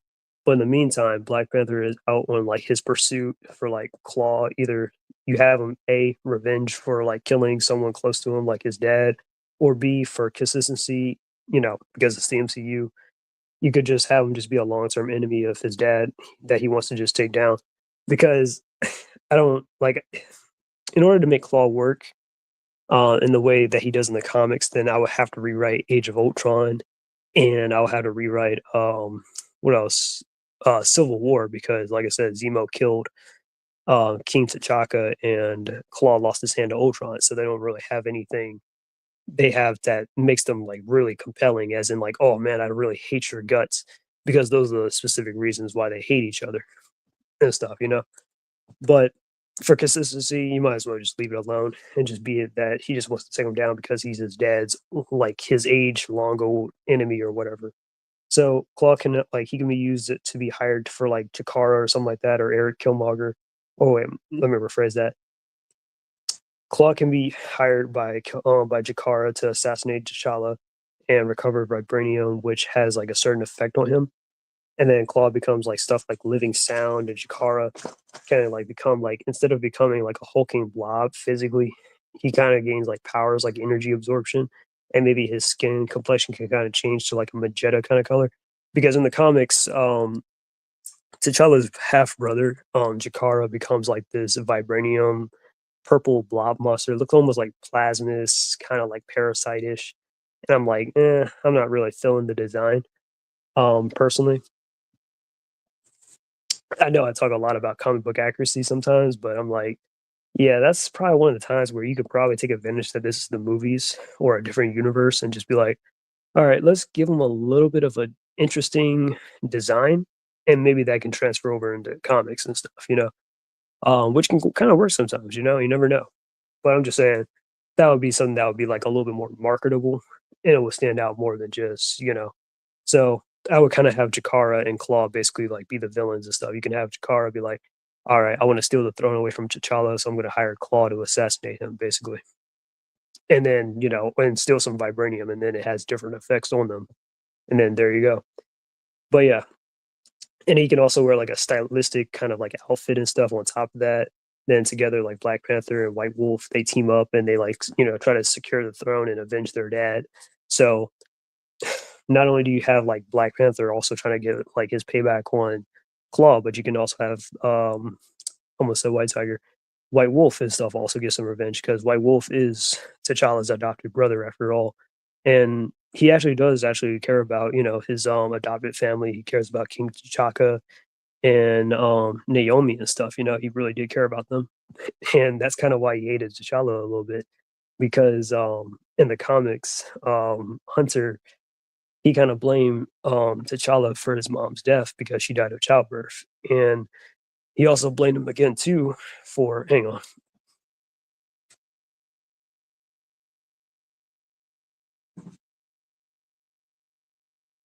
he also blamed him again for his dad's death because what happened with Silver Claw. So I'm just saying all those things actually could be like interesting to kind of utilize.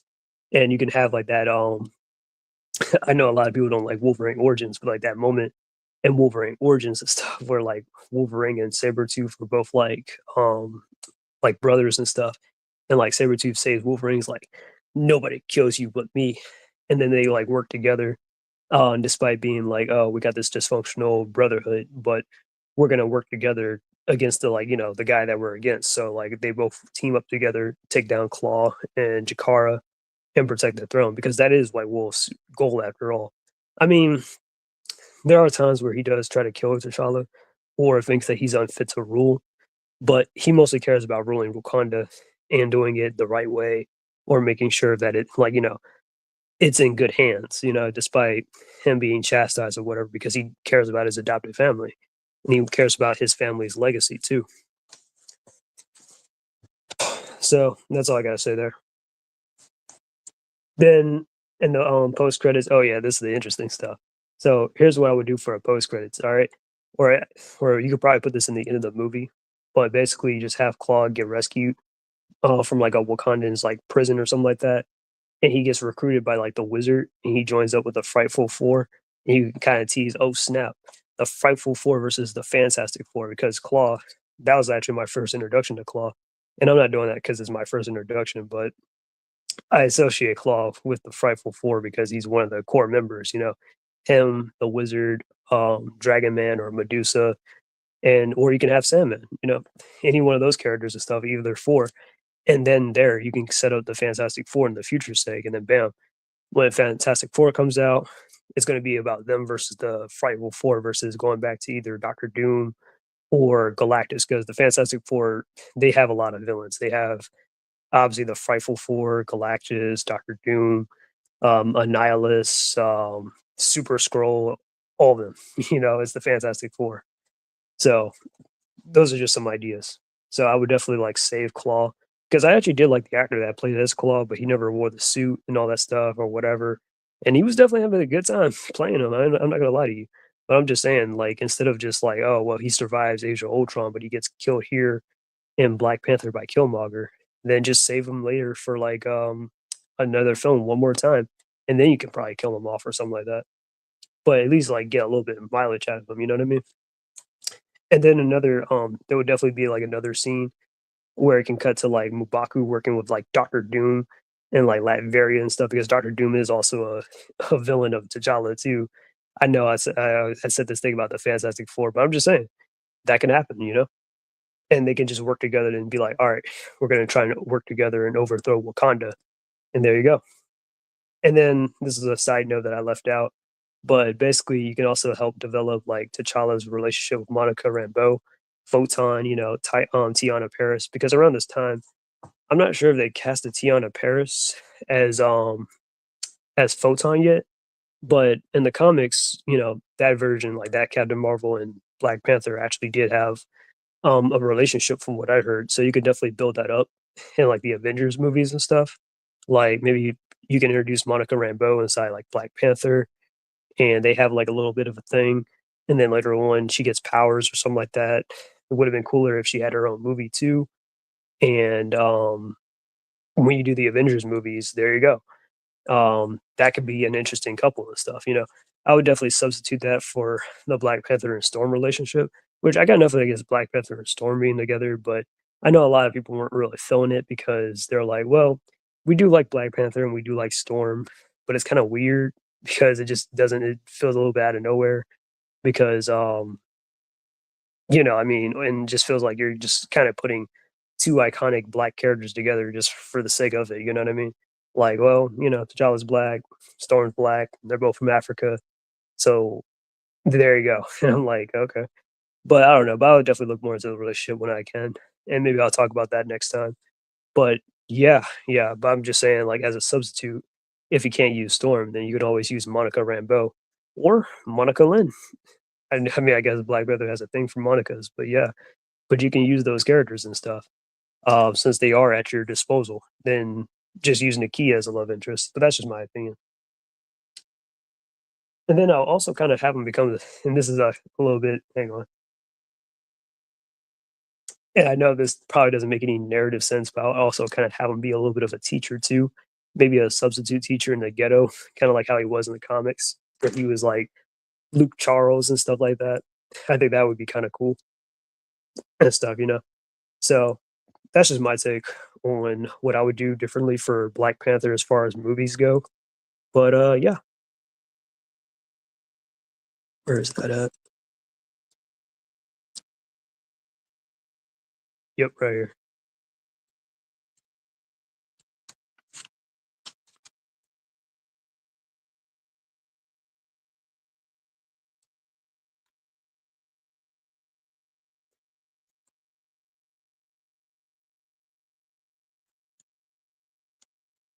man. So yeah, if you guys have any questions, let me know.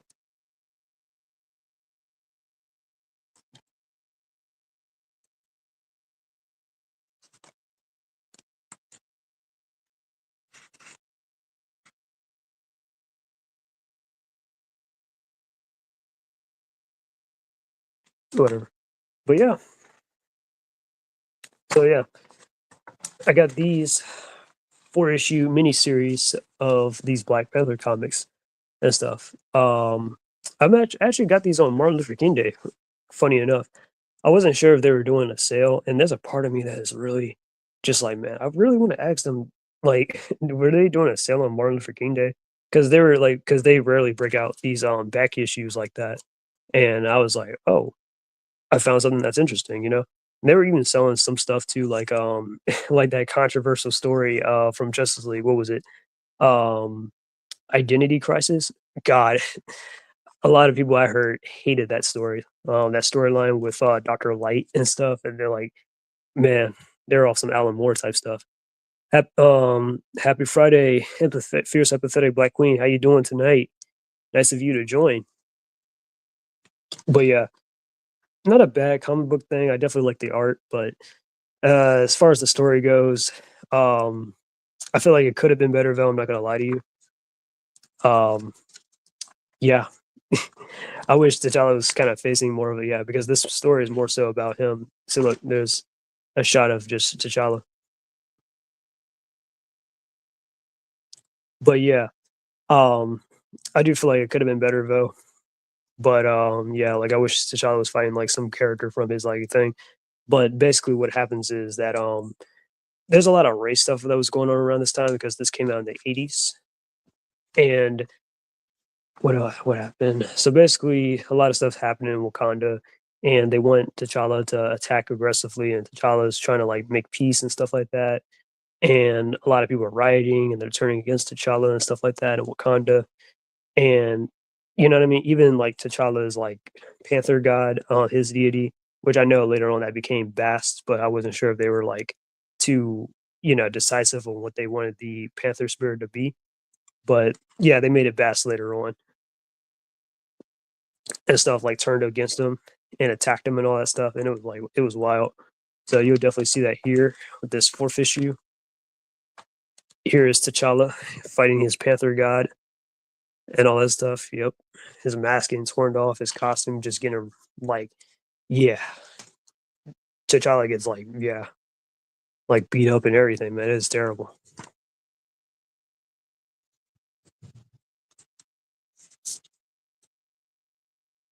And I just want to see the character just succeed and stuff because he's again such a great character and stuff. And it's like, yeah, we're kind of tired of race swaps and we just want to see like original like characters of this ilk to like, to be represented and stuff.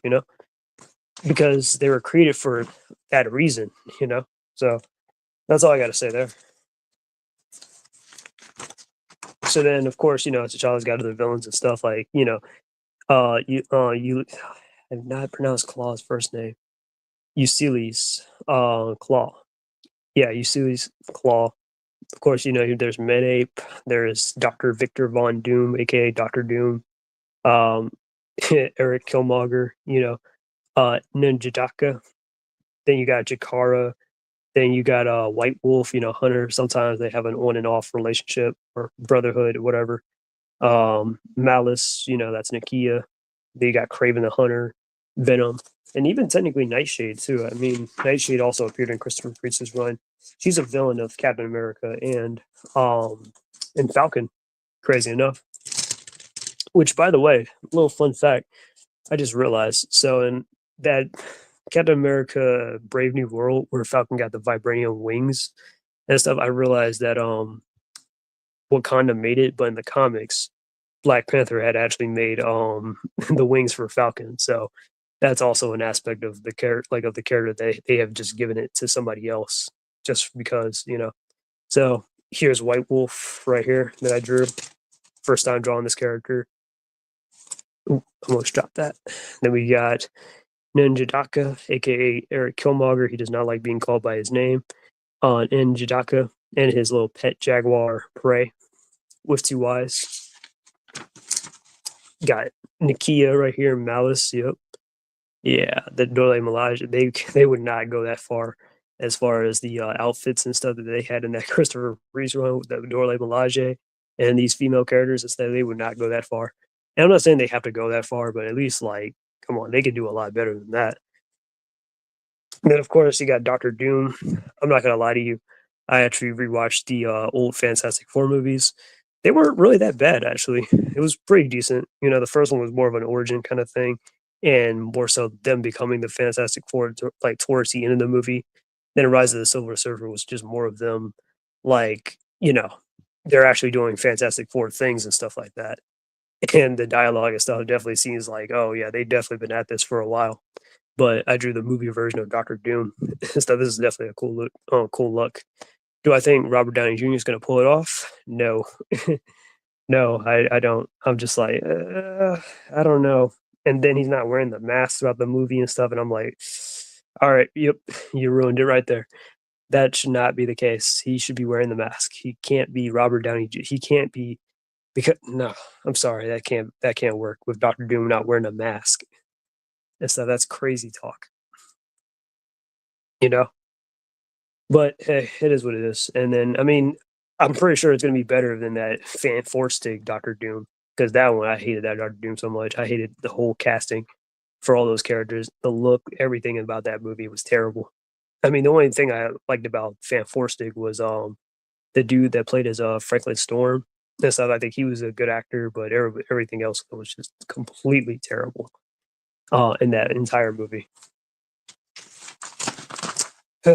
And then we got Azuri Monroe, and stuff. Azuri is the son of T'Challa and Storm from the next Avengers and stuff. I actually thought that this is a cool character design and all that stuff. So of course, I drew it and everything. I mean, of course, we're talking about T'Challa.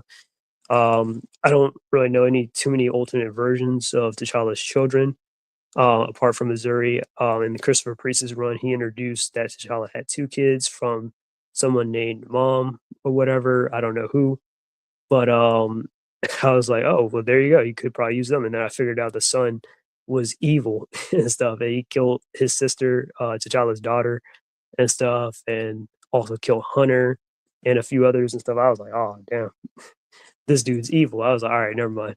Because I just feel like T'Challa deserves like a worthy successor and stuff to the story. And then I'm working on this right now. So I'll work on this in front of everybody. So yeah, you guys get to see me draw and color in the Black Panther. So let's get into it. So if you guys have any questions, so let me know down below. But I am going to turn this into a drawing stream now.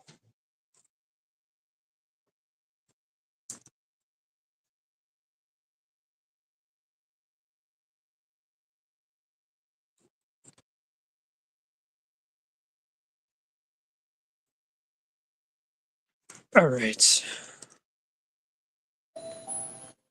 Hang on one second.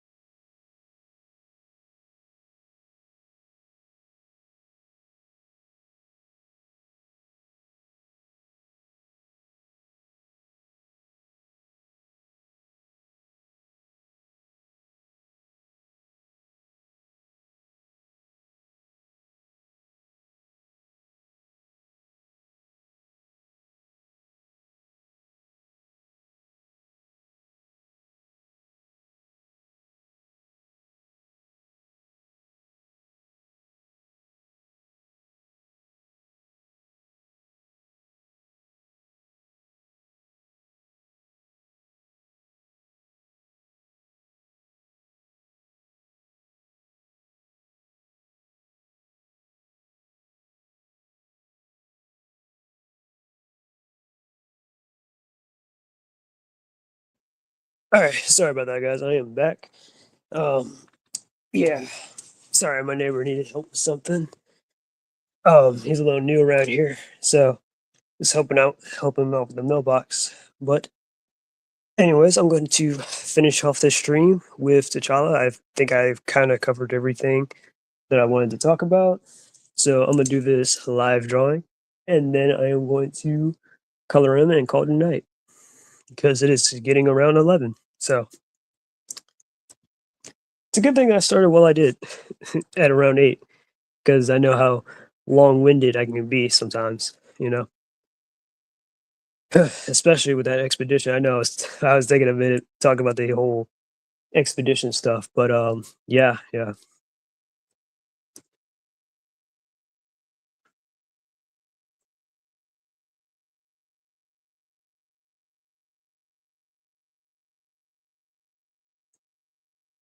So, anyways, I'm drawing the costume that I first saw T'Challa in from Ultimate Avengers and stuff, because I kind of was like, they need to go back to just simple like designs like this, where what I mean, like where the character is just like, you know what I mean, it's just a suit or whatever. I mean, obviously his whole thing can still be like made of vibranium in story, but I mean, like it doesn't have to be like something that's overcomplicated or a lot of lines and stuff like that. That's just unnecessary.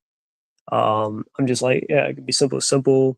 You could do like maybe the cape and kind of thing, this thing that right here that's T'Challa got the cape. That's always cool. Stuff shows off his royal status and stuff as a king and all that. But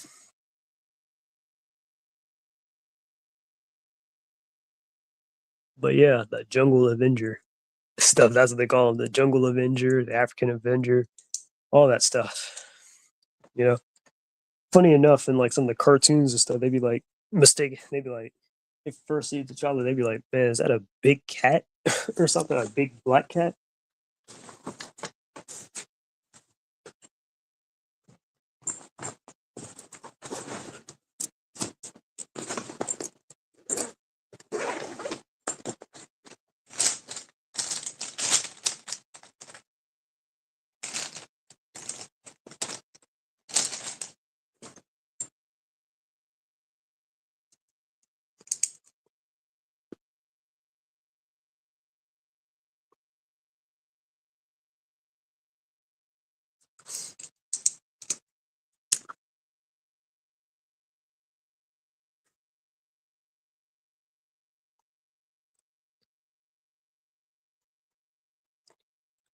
I really kind of wanted to show more like T'Challa without the mask and all that stuff, but eh, maybe later.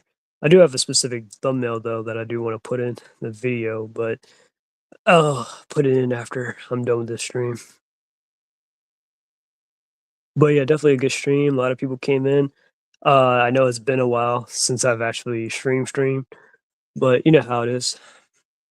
Life and stuff, or I just don't really have much to really talk about, like subject matter wise, or I don't want to keep getting kicked out of my own streams and stuff, or there's not really much to talk about, you know. But apparently, I mean, I had a lot to say, so a lot of stuff I wanted to talk about, get out there, out in the open. So yeah,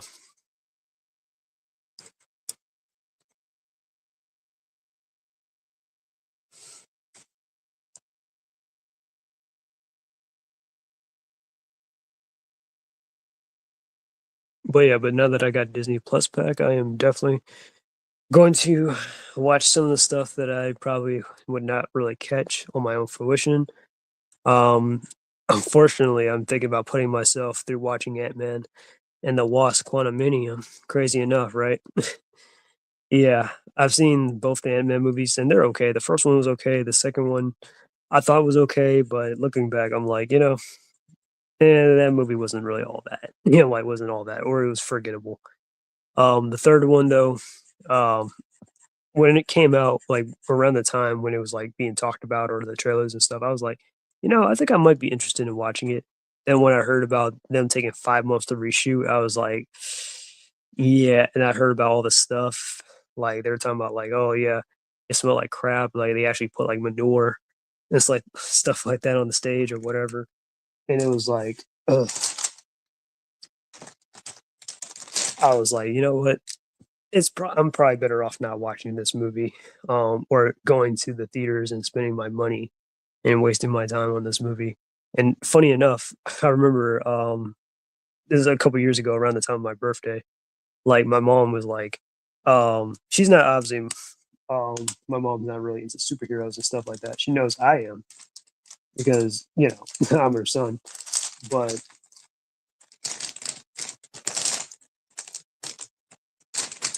when I was down, just visiting home and stuff for my birthday, I remember my mom was like, "You want to see Ant-Man and Wasp, Quantumanium?" I was like, "No, no, no, I'm good."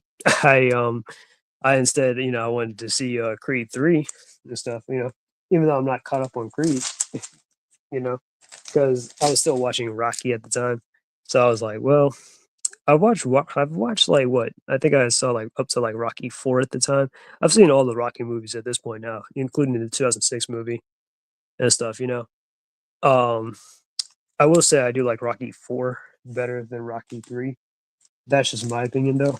I know a lot of people do consider 3 to be the best. I mean, no, a lot of people consider 4 to be the best, but I actually like Rocky 3 the best, in my opinion. That's just me, though. The 2006 movie was definitely something, but yeah. Actually, no, no, no. I take that back. Rocky 5, I actually like that the most. Even more than Rocky 4. Yeah, I do like Rocky 5 probably the most. But anyways, yeah. And I remember, like, my mom, she has this thing where she can, like, watch it's like a Tubi or something like that, but she can, like, watch, like, movies from home and stuff like that that come out in theaters and all that stuff, right? And when she turned on, like, she tried to watch Ant-Man Quantumanium just because she watched it or at least watched, like, the first couple minutes of it for free, and she was like, "Alright, I'm done." Like, she was like I remember on the phone, like, overheard her on the phone and stuff, she was like, "I am so glad, Mikkel," me, she was like, "I am so glad Mikkel did not take me to go see that movie because the first couple minutes," and she was like, "Oh god, this is terrible. This is so terrible." I was like, "Yep, it was a good thing." Me, my mom, and my nana, like the three of us, we went to go see Creed and not that. I was like, "Yep, I'm glad too." But yeah, that was hilarious. I'm like, that movie was so bad, even if it's free, it's still terrible to watch. Wow, that is something.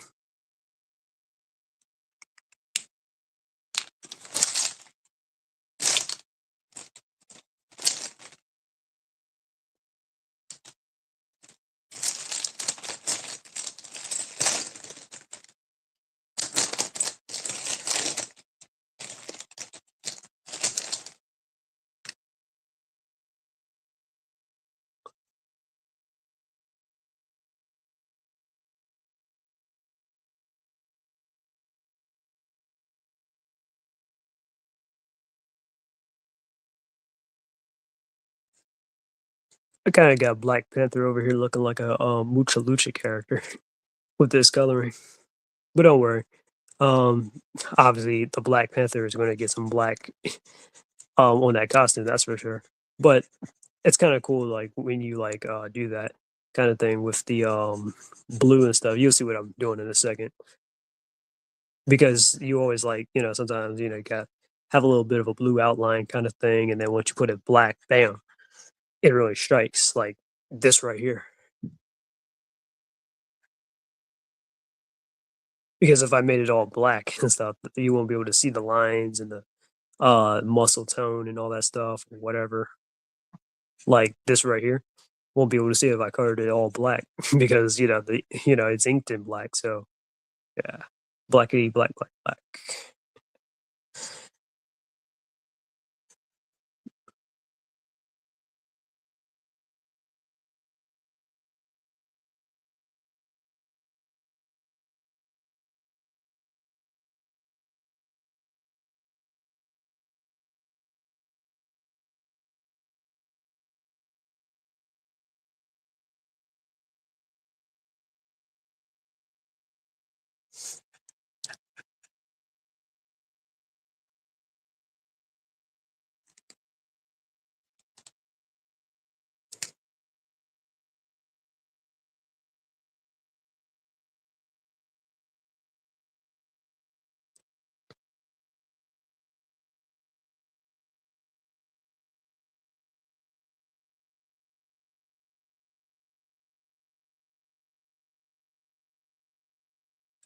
Oh, I got a new comment. Hang on. Sup, the fierce apathetic Black Queen.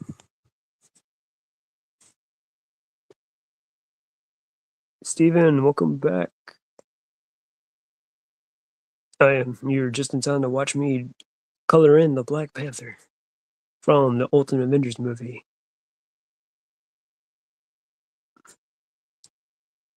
I also kind of learned that in Ultimate Avengers when making the movie, they didn't specifically have like a they didn't like what you call it. Earth 1610 does actually have a Black Panther like variant, but this is before that variant, and before that variant they didn't have like a story in mind, so they kind of just adapted like some parts of like the Earth 616 into the Ultimate Avengers movie and all that stuff basically. But obviously take out Claw and replace him for Kleiser and stuff, who was like I said, the Red Skull kind of stand-in. And stuff, and man, Kleiser was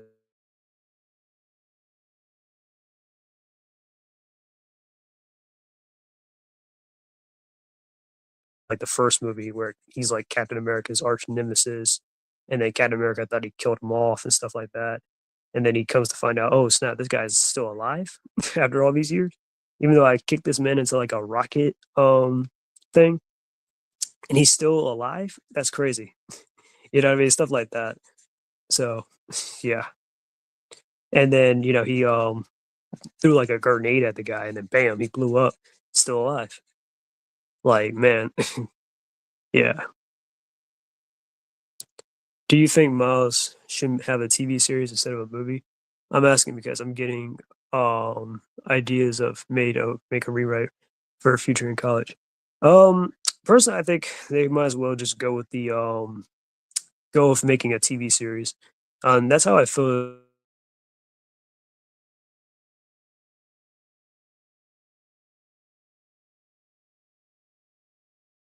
about Beyond the Spider Verse, or part three, the third part in what's it called? Part three, part two, whatever. I know it's the third movie, but they're gonna put out the third movie and stuff in 2 years from now, and I'm just like, so you guys still haven't gotten started on that yet, and it's gonna be like coming out in 2 years. Well, that's just great.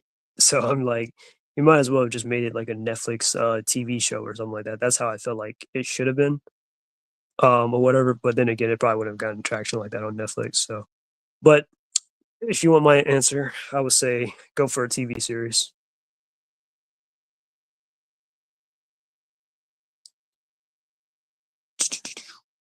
See that?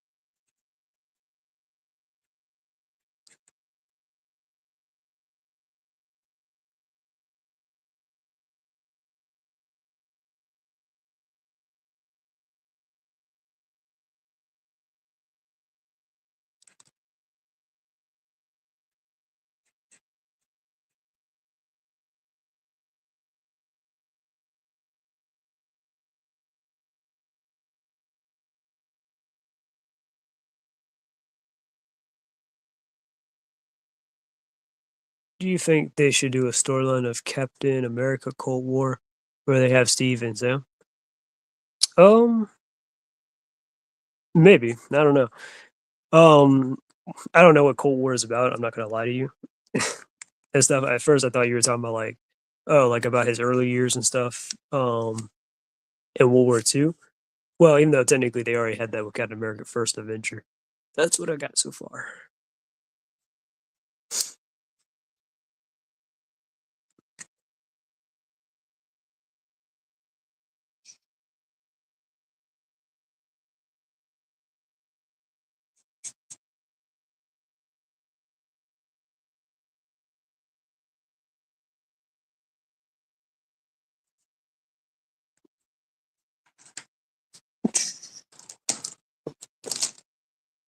Both are Captain America. Interesting. Nah. I'm like, nah, nah. Falcon's Falcon, man. I'm sorry. I mean, and I like and respect Falcon as a character, but I'm just like, uh, and it's not to say that he's not good enough to be Captain America or he's not good enough to be a, you know what I mean? It's just more so like he was already his own character. Like he doesn't need to prove himself. You know what I mean? And he already had his own agency as a character, you know? So it's like kind of just like, yeah. I'm not saying you can't, but I'm just saying like it's just like that's how I feel like towards the direction of the writing for Sam Wilson is like, yeah, that's what they did.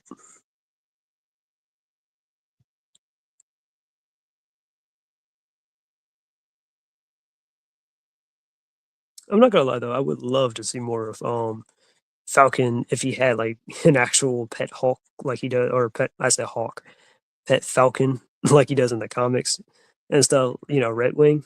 Oh man, I would love to see like his act like see an actual falcon and stuff. I know that'd be crazy. Or whatever. I'm just saying, I'm like, I think that would be kind of cool.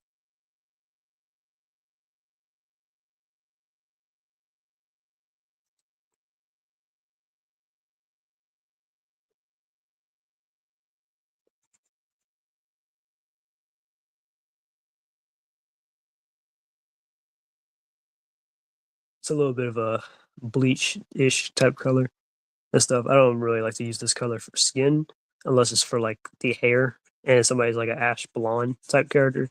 So like, you know, like if you guys ever seen like Eden Zero and stuff like Rebecca and stuff, like Rebecca looks like Lucy straight up from Fairy Tale, obviously because it's done by the same creator. And a little bit of like Rebecca's design is recycled from Lucy's. It's just that Rebecca's a little bit more, you know, bustier than Lucy and stuff. And a little bit of a different hairstyle, but Lucy's changed her hairstyle a couple of times here and there. But still, um, whenever I draw Rebecca, I like to use that type of color that I'm using for T'Challa's hands, right here, or not his hands, but you know his little claw things that he's got right there and stuff. You know, I like to use that coloring for like certain characters with that kind of hair. And for Lucy, whenever I draw her, I like to use just straight up yellow, you know, like a yeah, bright yellowish kind of color, like a super saiyan-ish kind of hair, you know. I heard Disney is getting investigated by the government for their DEI programs. This might be a good sign since less DEI means great stories and movies and theme park and Disney would be great again. I hope so. I do hope so.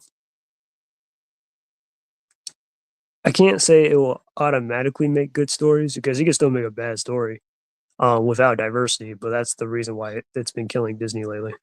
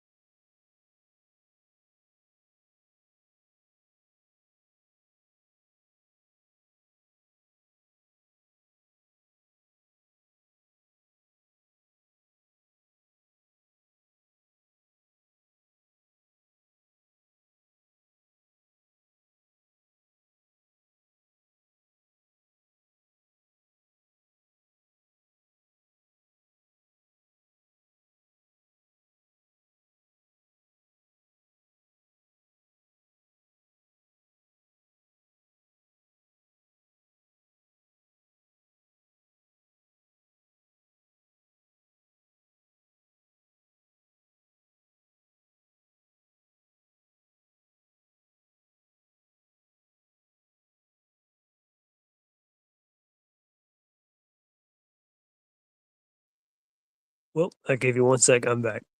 Yeah, sorry about that. My one of my family members came down, and I didn't want you guys picking up our conversation. Nothing crazy, but just asking about our neighbor and stuff, and like a little bit about one of my cousins. Anyways, I am almost finished with this Black Panther. Well, I'm pretty much finished anyways with this Black Panther drawing. At this point, I'm just doing extra. At this point, check it out. Hopefully, for the next 4 years, we get good entertainment with no race swap or gender swap characters, less gay stuff due to the DEI shutting down. Let's pray it happens. Yeah, yeah. Or honestly, better yet, we might as well, instead of going to like Disney, Warner Brothers, and all of them that keep doing all this crap that just keeps pissing us off, they might as well just like we might as well just like look for other outlets and other stuff to get interested or get investigated in. That's just my opinion and stuff because there is stuff out there that can entertain us, and that's how I feel about with the Black Panther himself, who I'm drawing or who I drew. Is that honestly, if you want to like, you know what I mean, instead of relying on Disney or whatever modern stuff to just to give us like, oh, give us Black Panther stuff. Well, might as well go out there and make it ourselves, or go out there and find other things that you know pre-exist. You never know what you can find. This is probably my favorite comic out of this series, though. I'm not gonna lie, where there was these superpowered beings and stuff, and even though T'Challa wasn't stronger than them, he was able to show out like how cunning and how like much of a hunter he is by like outsmarting them and all that stuff. That was actually pretty cool. And he was using their powers against them, you taking advantage of the jungle, all that stuff. They don't call him the Jungle Avenger for nothing. I know some people might think that might sound racist, but I'm like, come on, it's his alias, and he technically does like be in the jungle and stuff. But anyways, what else I gotta say? Oops, I almost dropped that. So, anything else I want to talk about? T'Challa, Black Panther, any other irrelevant subject matter that I was covering for an hour? This is about to be 3 hours long. No, that's about all I got there in the tank. Yeah. But yeah, but don't forget to like, share, and subscribe. This is John Low Fox. I'm out. Peace. And until we meet again. I'm gonna read some of these last comments though before I go. I feel bad for Chadwick. They disrespected his legacy by giving us a female Black Panther. They should have gave my boy the Steven Hillenberg treatment. Yeah, I know Steven Hillenberg's the dude that created SpongeBob. I don't know. Well, I guess you're talking about in terms of continuing SpongeBob. In that case, with or without him. Yeah, I mean, SpongeBob is the most licensed thing for Nickelodeon though, so there is that. But yeah, yeah, they definitely should continue T'Challa though. I mean, yeah, as a character in Black Panther, because Chadwick Boseman is not the end all be all. He doesn't own the character T'Challa. He doesn't. He never created T'Challa. Yeah, he portrayed the character, but that's kind of like the same as saying, well, because Heath Ledger played the Joker, and even to this very day, people talk about Heath Ledger's Joker, then because Heath Ledger died before The Dark Knight got released in theaters. So that's like saying, oh well, because of Heath Ledger, you know what I mean? Like we should stop using the Joker, even though they've been doubling down on Joker and especially Harley Quinn for like all these years. And I'm like, all right, can we focus on other Batman villains or other villains that isn't the Joker? We get it. He's a cool character. Enough. Enough's enough.